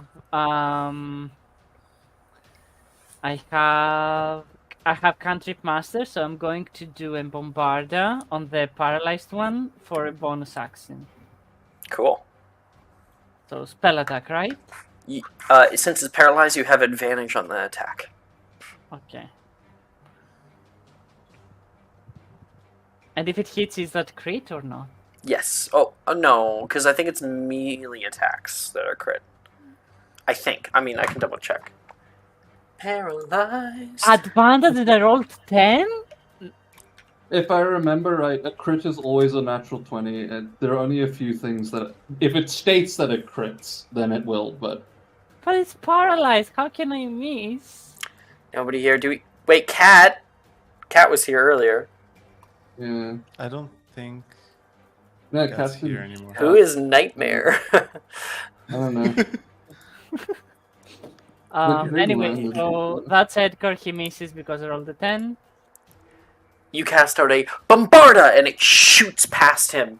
You can see... Sorry, just gotta pop this out. You can see your spell flies past and hits a nearby tree, shattering upon impact, sending shrapnel of wood flying all over the forest. The entire tree starts to fall down. Sorry, Jan, I didn't want to hit you. And then he's going to run further. 15 feet. Does he get Okay. attack opportunity because the toad attacked him earlier or not? Yes, there would be an attack of opportunity there. On you. You were not actually hit, so it doesn't have advantage or anything. 9 to hit. So you're good. No, I did not hit. I'm good. Anyways, my Okay. be right back. Sure. Keep going, please. Kamiya. It is Alrighty. your turn. You can hear a hooting from up above, and you can see I forget his name. Macdo. Macdo, circling in little circles, and then flies off westward. Oh, good. Taking out his wand. So I need the ruling on this. For Veraverto, French accent. You can stack effects. So if I do second level, can I target 2 creatures? I need to touch them, right? I don't think that's one of the stackable effects. Am I wrong? Roberto. No, targeting an extra creature is not. You would need twin spell. Yeah. Alrighty. In that case, But if you want some help, Kamiya, I would have a look at Accio upcasting.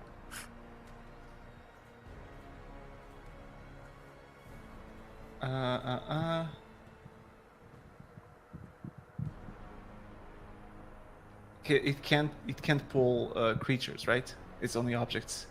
No, it can. Oh, right. That it does Yeah. say only object, but creatures you can. Oh, Because you we can see it in the accio movies. creatures? We see it in the movies, Oh. so I've ruled it differently. It's technically their clothes, not them. That's the rule. That's how they justify it. They accio their clothes, not the person. Don't worry about it, because we saw a in the Fantastic Beasts movies, Accio was a whole niffler. Okay. So So at this point, Anne is safe, like safe by no longer grabbed by the toad, right? I'm in its mouth, aren't I? I was fully in its mouth. yes, she can get out easily now because it's paralyzed for 6 seconds. Okay. Is the Bundyman still at the surface? Yeah, it's right beneath your feet. There's a thick layer of mud over top of it. And It's the eggs a are creature all that's around. 20 feet wide. So Okay. And the eggs are all around. They have dropped over by Anne, on the mud. So how far away from me? Maybe 10 feet.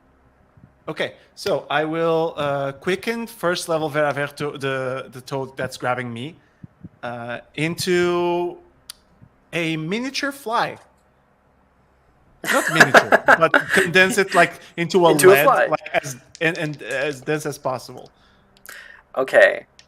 Then I will roll for its wisdom save. Natural 1. Filiberto!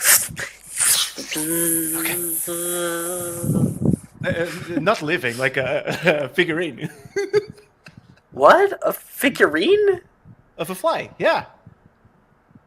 I want to keep it, Alex. Okay, it is too small for something like that. You would need something of a similar size if it's going to be.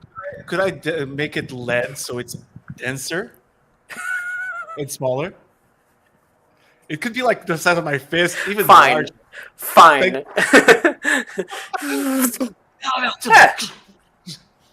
And I put it in a pocket.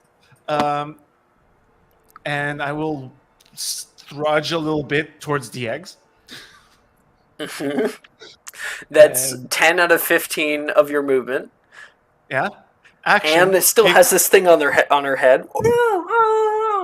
Try to push it off. Seems like she's succeeding. Or about So to. I use my free action to pocket the fly, right? So, oh, God damn it. Okay. Are you gonna bonus action grab some eggs? This is my bonus action. I'm gonna action to grab some eggs. It's gonna be okay. And I'm gonna grab many eggs as I can. All right. Roll me a d6.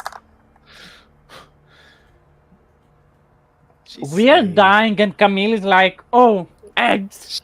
She's safe too. You get 2 eggs. Okay. Good.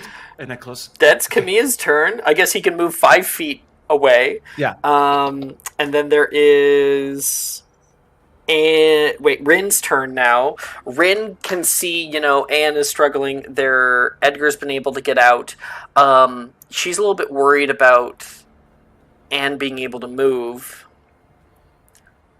She's going to cast out Defodio and is going to churn up all of the mud that's down here, lifting it up and depositing itself elsewhere, destroying the difficult terrain around and revealing the huge, what looks to be like plates of fungus upon plates of fungus creature, the Bundyman.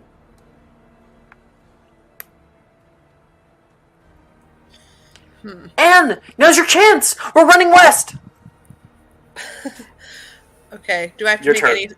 Do I have to make any kind of check to get out of its mouth, or can I just? Any check you do is an automatic success because it's paralyzed. You pull yourself out, and there's like a large amount of mucus on her head. Ugh. I hop down, and I'm going to. Am I still affected by the smoke? Yeah, so you're half Okay. movement to So I 15 can- instead of 5. Oh, great. So I Yeah. am going to move 15 feet west. That's what I'm going to do. Rin runs over and puts an arm around you. Come on! And you guys run as fast and as far as you can out of the forbidden forest, learning very quickly as to why it is forbidden. Luckily, Kamiya, who is the only person who would actually be able to get an owl to do that for him, is able to find the way back. Could I Veraverto the Bundy Bun before we go? It's too big. It's 20 feet. It's Did you a also have- huge-sized creature. Did you also have? Did you also have your? I heard you say earlier that your owl would search for me if you were in danger. Yeah, but Magdo was still fulfilling my command of looking for directions. So when he would come down, we would overrides. already. Yeah. It's like overrides, and that's fine. I Yeah, just wanted to make sure. it's basically it's not like an override as much as when he would come down, we were already leaving, so not enough space to actually look for you. Yeah. you guys, after 15 minutes of running back to the castle, you can hear some more calls of frogs back down the way that you were. They had called for like reinforcements for people to come and feast, and they're all gathering back there with no feast in sight. You cross through the threshold and out into the nicely manicured grass of Hogwarts proper. Oh, Anne is going to turn to Edgar and say, I think I might skip the next meeting of the Junior Investigators Society. Why? Wasn't No, it are you kidding fun? me? That was so exciting, no. Rin says. That was a And- blast. How often do you guys do this? Not very often. You're part of this whenever we go out.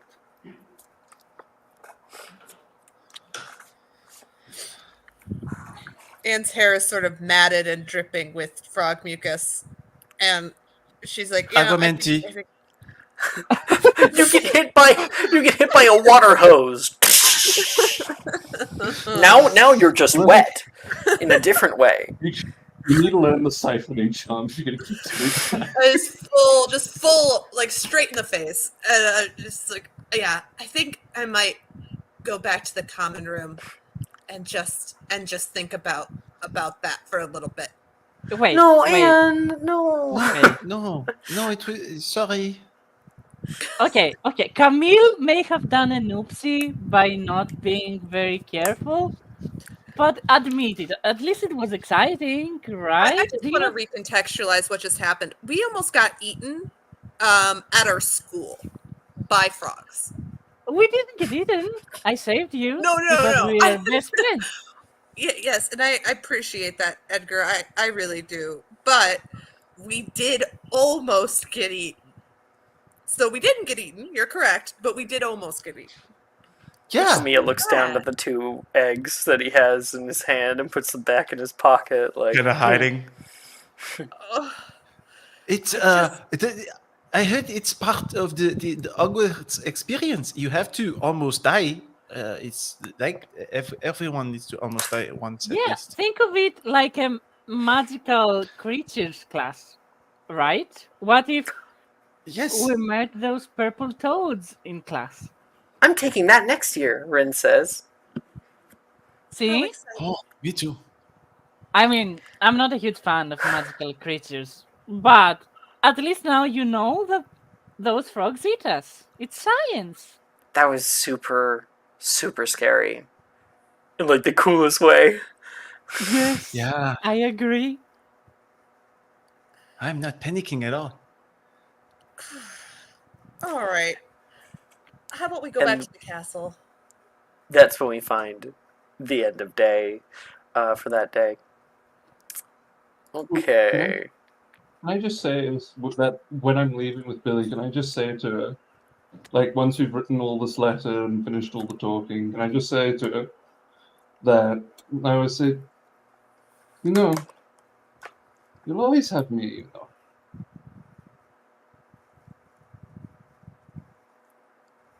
Oh, cat's there. Hello, Good old kitty. cat. Apology, cat, for Ali. Yeah. Noted, Rose. I'll add that into my memory banks for your guys' role plays in the future. We have the next day, early, we have Transfigurations class. Anne, walking into the north courtyard, you find yourself in the Transfiguration classroom. Through the door, there are rows and rows of 2x2 desks that lead toward the front. An old mahogany teacher's desk sits, with a little rolly chair in the back.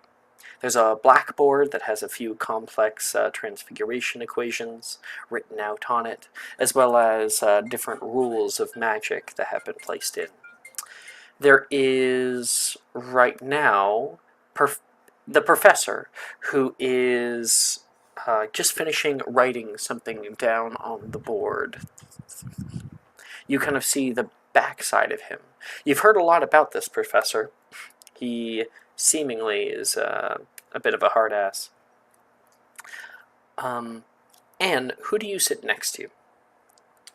I am going to look for either Janice or I believe his name is Nolan. He is the blind student. Yeah. Nolan sits off on the left-hand side. He, right now, is just getting out his Braille textbooks. And you can see him thumbing through one of the pages. Okay. I will go sit next to him then. You sit down quietly. And he softly turns. Hi? Hi, Nolan. It's Anne. We met on the train.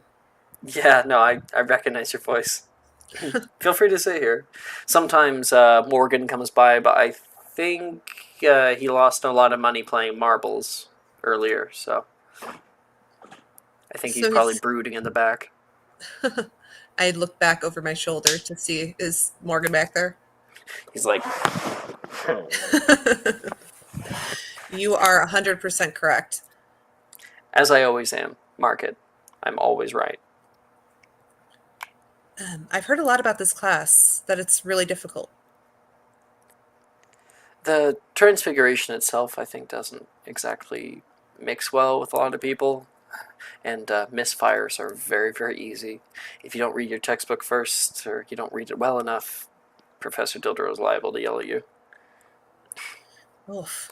I mean, I can't really blame him when people like Logan set their desk on fire every 5 seconds. Sets his desk on fire? Every class? There was one time that someone conjured a cow. It took up a large section of the classroom. It smelled terrible, too. I bet. Do you like this class? I don't know. I'm still trying to kind of find my own way. I enjoy tarot cards and runes and things like that. I'm maybe not as good as Rose, but it's something that's interested me since I was little. Oh, has she read your future yet? She did mine. And Oh, yes. Yes. And I've done hers. oh, really? Did hers come true? Did her predictions come true? Who's to say, really? When it comes to those kinds of things, they're highly open to interpretation. Sometimes we think that, say, a prophecy has come true, when really it'll be years. It could even pass you by. It's more so about the ability to see, to interpret correctly. That's the hard part. That's a good point. What about you? Transfiguration your forte? Remains to be seen. I don't anticipate I'll be naturally inclined to it, but hopefully, if I, put my nose to the books, I'll at least be okay at this. Professor Dildro finishes what he's doing on the board, and he turns around. And I will get his art, so you can see him. He, in terms of teachers, is very young. Here. This is Professor Dildro. He has a long, the colors are swapped. He has a long purple trench coat with a kind of brown corduroy vest. His tie is hastily done up, and he's got a bit of a 5 o'clock shadow. We're continuing our education on conjuration spellwork. Now, to test you, the law of relational dynamics dictates what? And Come on, we went through this last class. D4 to Edgar. History magic check.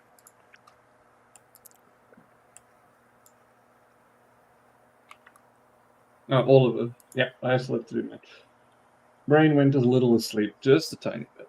Just a tiny bit. Natural 20. Oh, fucking Rose. Are we sorry? Are we all making history of magic checks or just? It's optional. Okay. The person who first puts up their hand, or like either on camera or says it, gets a D4 added to their check. Got it. Okay.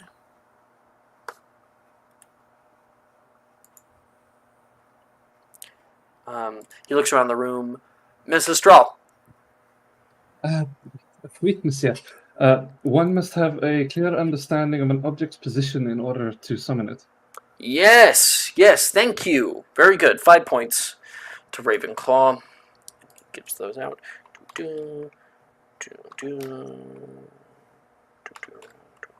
Just getting some house points here. Okay.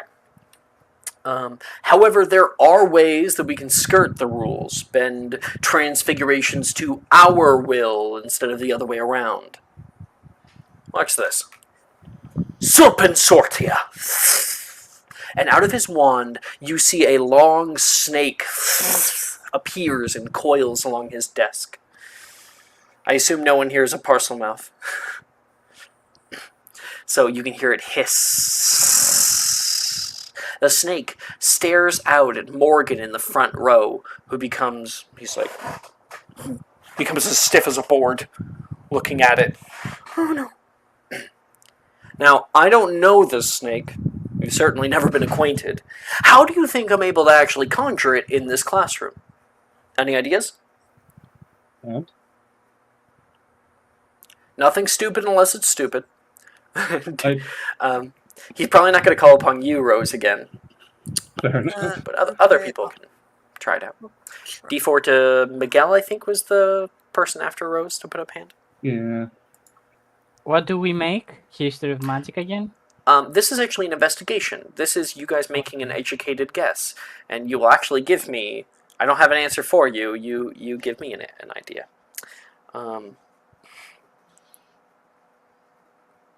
Ooh, beat it out by 1 from the D4 there. The law of relational dynamics means that we have to have a clear understanding of an object's position in order to summon it. When he looks over across the class, he says, Mr. Dubois, have any guesses as to how I might be able to conjure this thing? You have it stored somewhere, so you are acquainted with its position. I have never met this little guy before. Try again.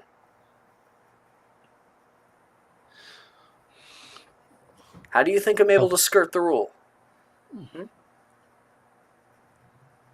Miguel is drawing a blank. Camille is probably doing fine. Here, I'm going to send it over toward you.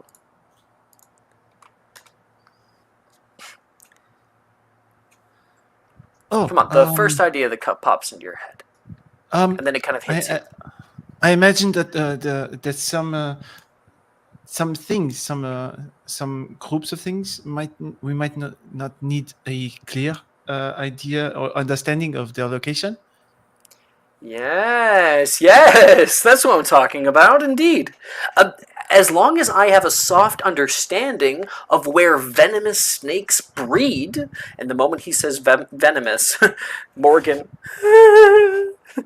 as the snake is getting closer and closer toward him, I can conjure one. The snake then strikes out toward Morgan, and Dildro easily pulls it back with a wave of his wand, making it float into the air. Morgan lets out a small, girly scream. And Dildro seemingly is completely unfazed by this.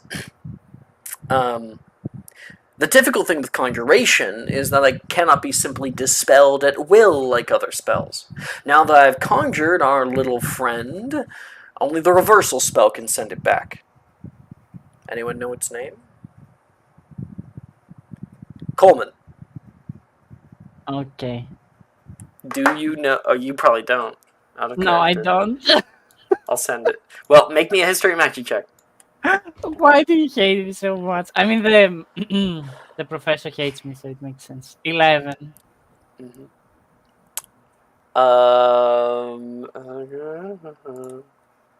Second, I'm gonna give you half.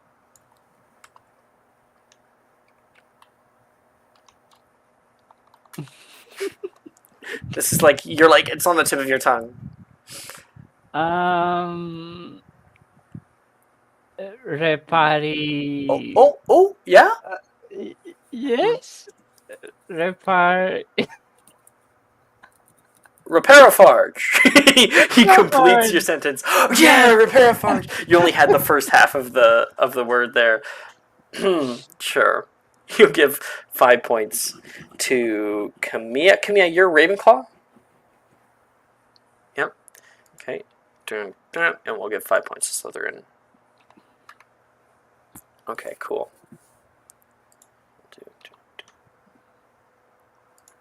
Alright. Indeed. Reparafarge. He cast it out toward the snake, and you see the snake burn up from tail to head and disappear. I hope this understanding will help you to be more careful and more knowledgeable in regards to your conjurations in the future. Go ahead. And everybody gets to pick 2 transfiguration spells to practice. I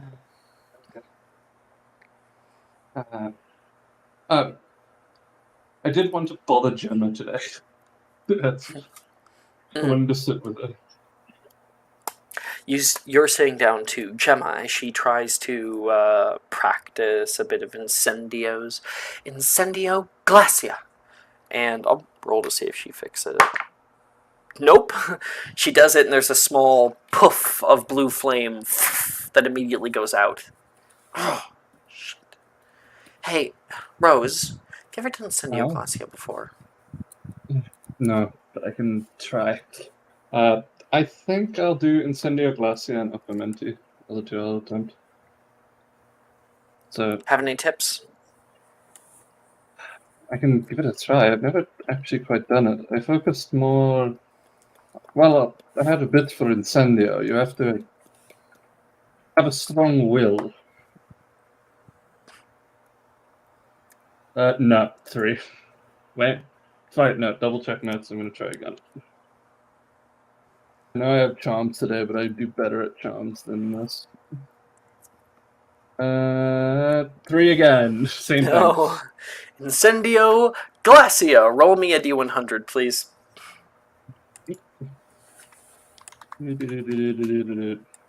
Oh, I capped it by mistake. 65. Incendio Glacia. And from the ceiling, there is a small crackle of lightning. It hits your desk, causing a black soot ring to appear and a little fire to start. And that brings me to my next spell. I'm going to Aquamenti. If I may. Yeah.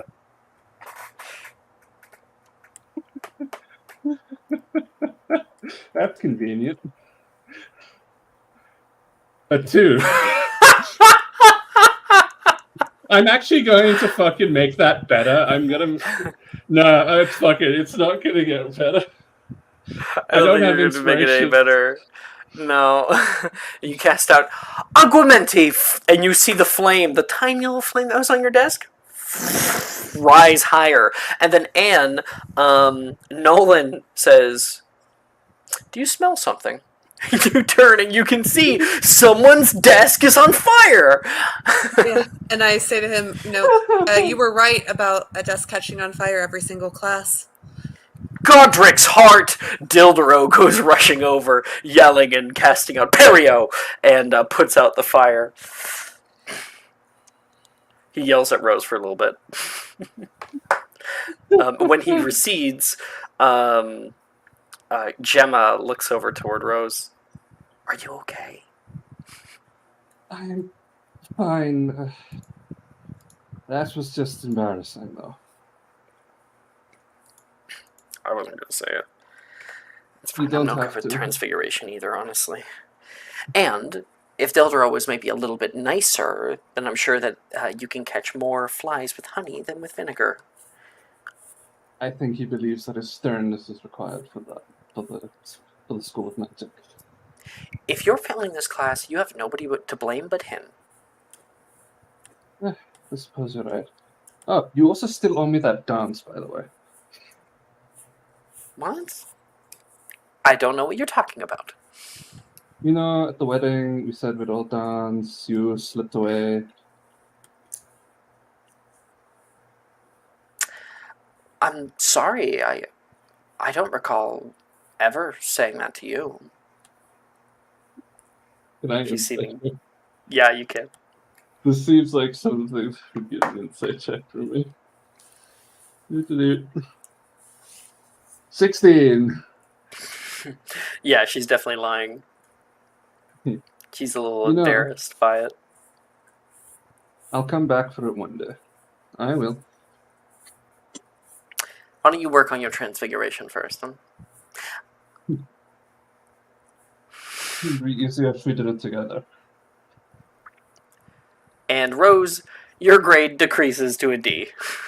Yeah! Yeah! Okay.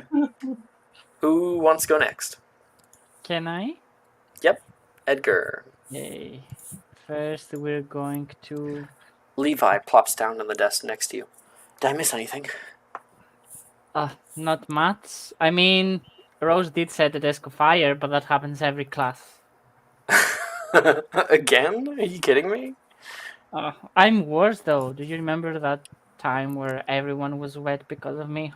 No one can be as bad as Camilla, though. I am worse. Look, I'm going to probably do something insane. And then he's going to cast Nebulous first.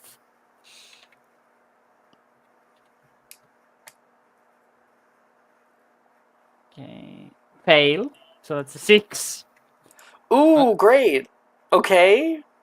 You're following What's my your next technique, attempt, though? Serpent Sortie, and that's successful, surprisingly Oh, enough. nice. All right. So when you cast out Nebulous, a cloud appears right over top of you. It immediately begins to rain.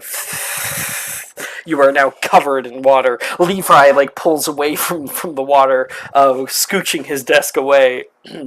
I knew it. Professor? Yeah?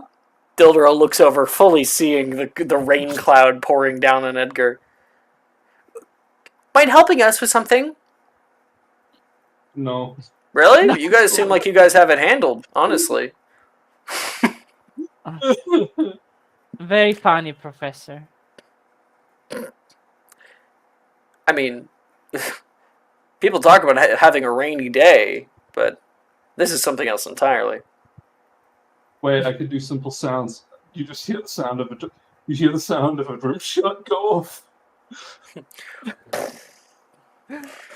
I'm going to move a little bit, see if the cloud follows me around. Yes, it does.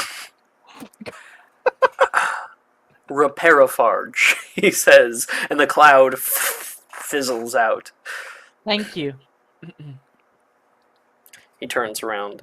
Let's not have another mishap today. Of course not. Serpent Sortie. And in front of you, a cobra appears on your desk.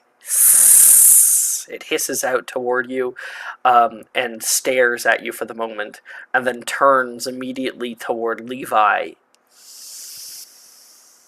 and moves toward him. Don't worry. It's a friend. He's a friend. He's a friend. Look, I will. It opens up its mouth toward him. Okay, maybe it's not a friend. Wait, what was it? The spell does two things. One, it makes it so it is friendly to you. It doesn't attack you. It's charmed by you. And two, it attacks the nearest damn thing to it. It gets aggroed to the nearest thing. Oh. Do you want to make a magical creatures check to try to pull it back or something? Or Yes, he's going to be like, Okay. here, sneaky, here, sneaky. So would anyone like to- 16. yeah. Yeah. Here, sneaky, sneaky, sneaky. Oh, it's okay. It's okay. And you're like doing this, and it's like still trying to move out toward him the whole way, and you're kind of making it a treadmill, you know? Okay, let's just, I think Levi's like, release the spell! Release the spell! Okay, fine. You're like, Repari first? no, you don't have Repair Farge. It's not even available to Oh. you. You try to like relax. Like with most spells, you can just release them, right? Oh, okay. You relax. There is still a snake in your hands. This is not working.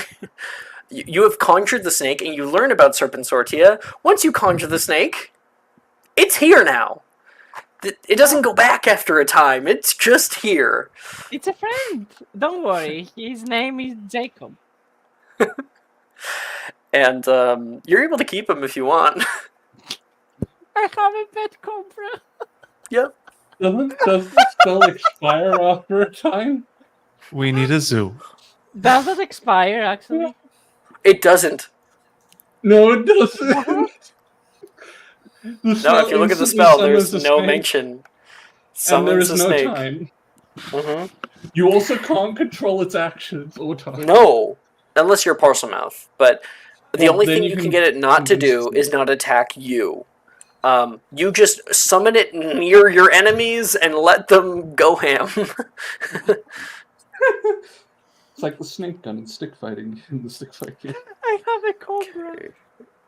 And Edgar, you got a 3 and wait, 14. No, a no, no. 14. And a 14. A 6 and a 14? Yes, Yeah. 6 and a 14. And no, I'm keeping you at a P. No, come on. It's not good enough. Summon the snake. Don't worry. You're about to see a T. Yeah, I think you are. Camilla? So, so I tried Serpent Sortia because cute little snake. I like snakes. I got a -1. Roll me 1d122. Is there any way? Is there any way for me to shove a Dark Visionary into him at all? Nope, not yet. I think you can only use them I on know. yourself or something. I can use them on myself Um, till 6th level, then it becomes available to use on any target that rolls d20s.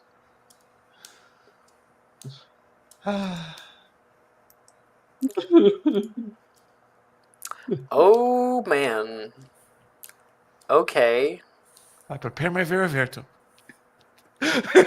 You are literally getting a T. Yes, I am. I'm sending something in discussion. When you cast out Serpent Sortia, you conjure something. It's like curled up in a little ball, and then you see it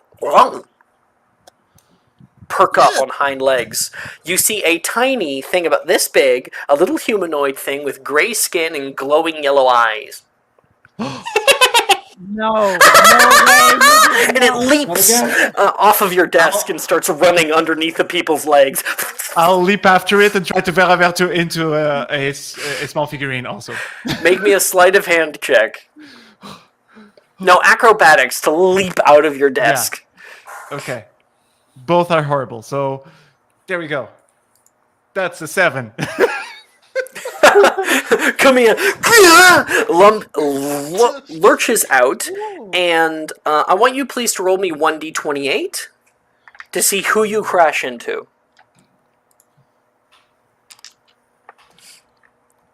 Oh. At least we're all having a bad day. Just be Gemma. What is it? What'd you get? A 9. 9. That is not Gemma. That is Macy. Hi, Camilla. You're like on her lap right now, and you can hear the little giggles rush down and out of the room. Oh no. Proximize. You see through the door a sliver. You can see it. It's far off, and you see sprouting out of its back 2 leathery wings. Do I know what it is? Make a magical creatures check. Okay. Not 20. 28. Nat 20. That was an imp. Accio imp. It is small. It is small sized. I'll have it. Is I'll it have it do heavier a than strength 20 save. pounds? I'll do a strength save for it. Is it heavier than 20 pounds? No, that's an 8. Yeah. You can see it flying back into your grasp. Got you! It immediately bites you. Natural 20. I'm dying. It's a bite. It can't be that much damage. Let's try that again. That is 6 points doubled to 12 points of biting damage. We did sleep since last time I took damage, right? Yeah. Right? Yes. Otherwise, yeah. Otherwise, I would be at 1. So, Professor Dildro hears screaming and a kerfuffle happening from the back of class.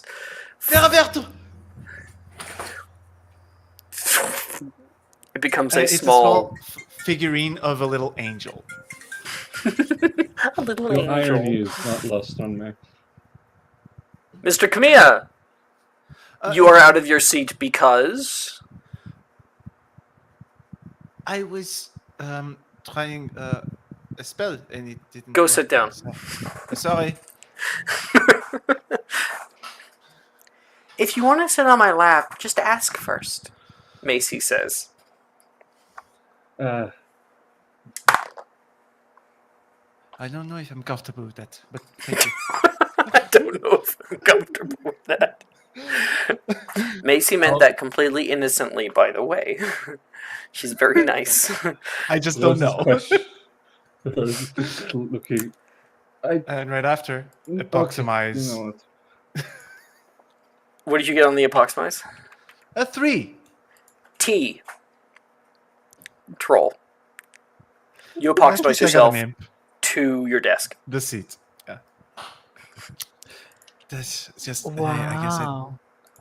I guess a transmitter. Okay. Good to know your limitations, I guess. Look, Camille, I summoned a snake. A single tear immediately kind of. Good, Edgar. That sounds very good, actually. Do you? I don't know. Arms stuck to the desk. Yes. No, Do you wanna pet it? Maybe later.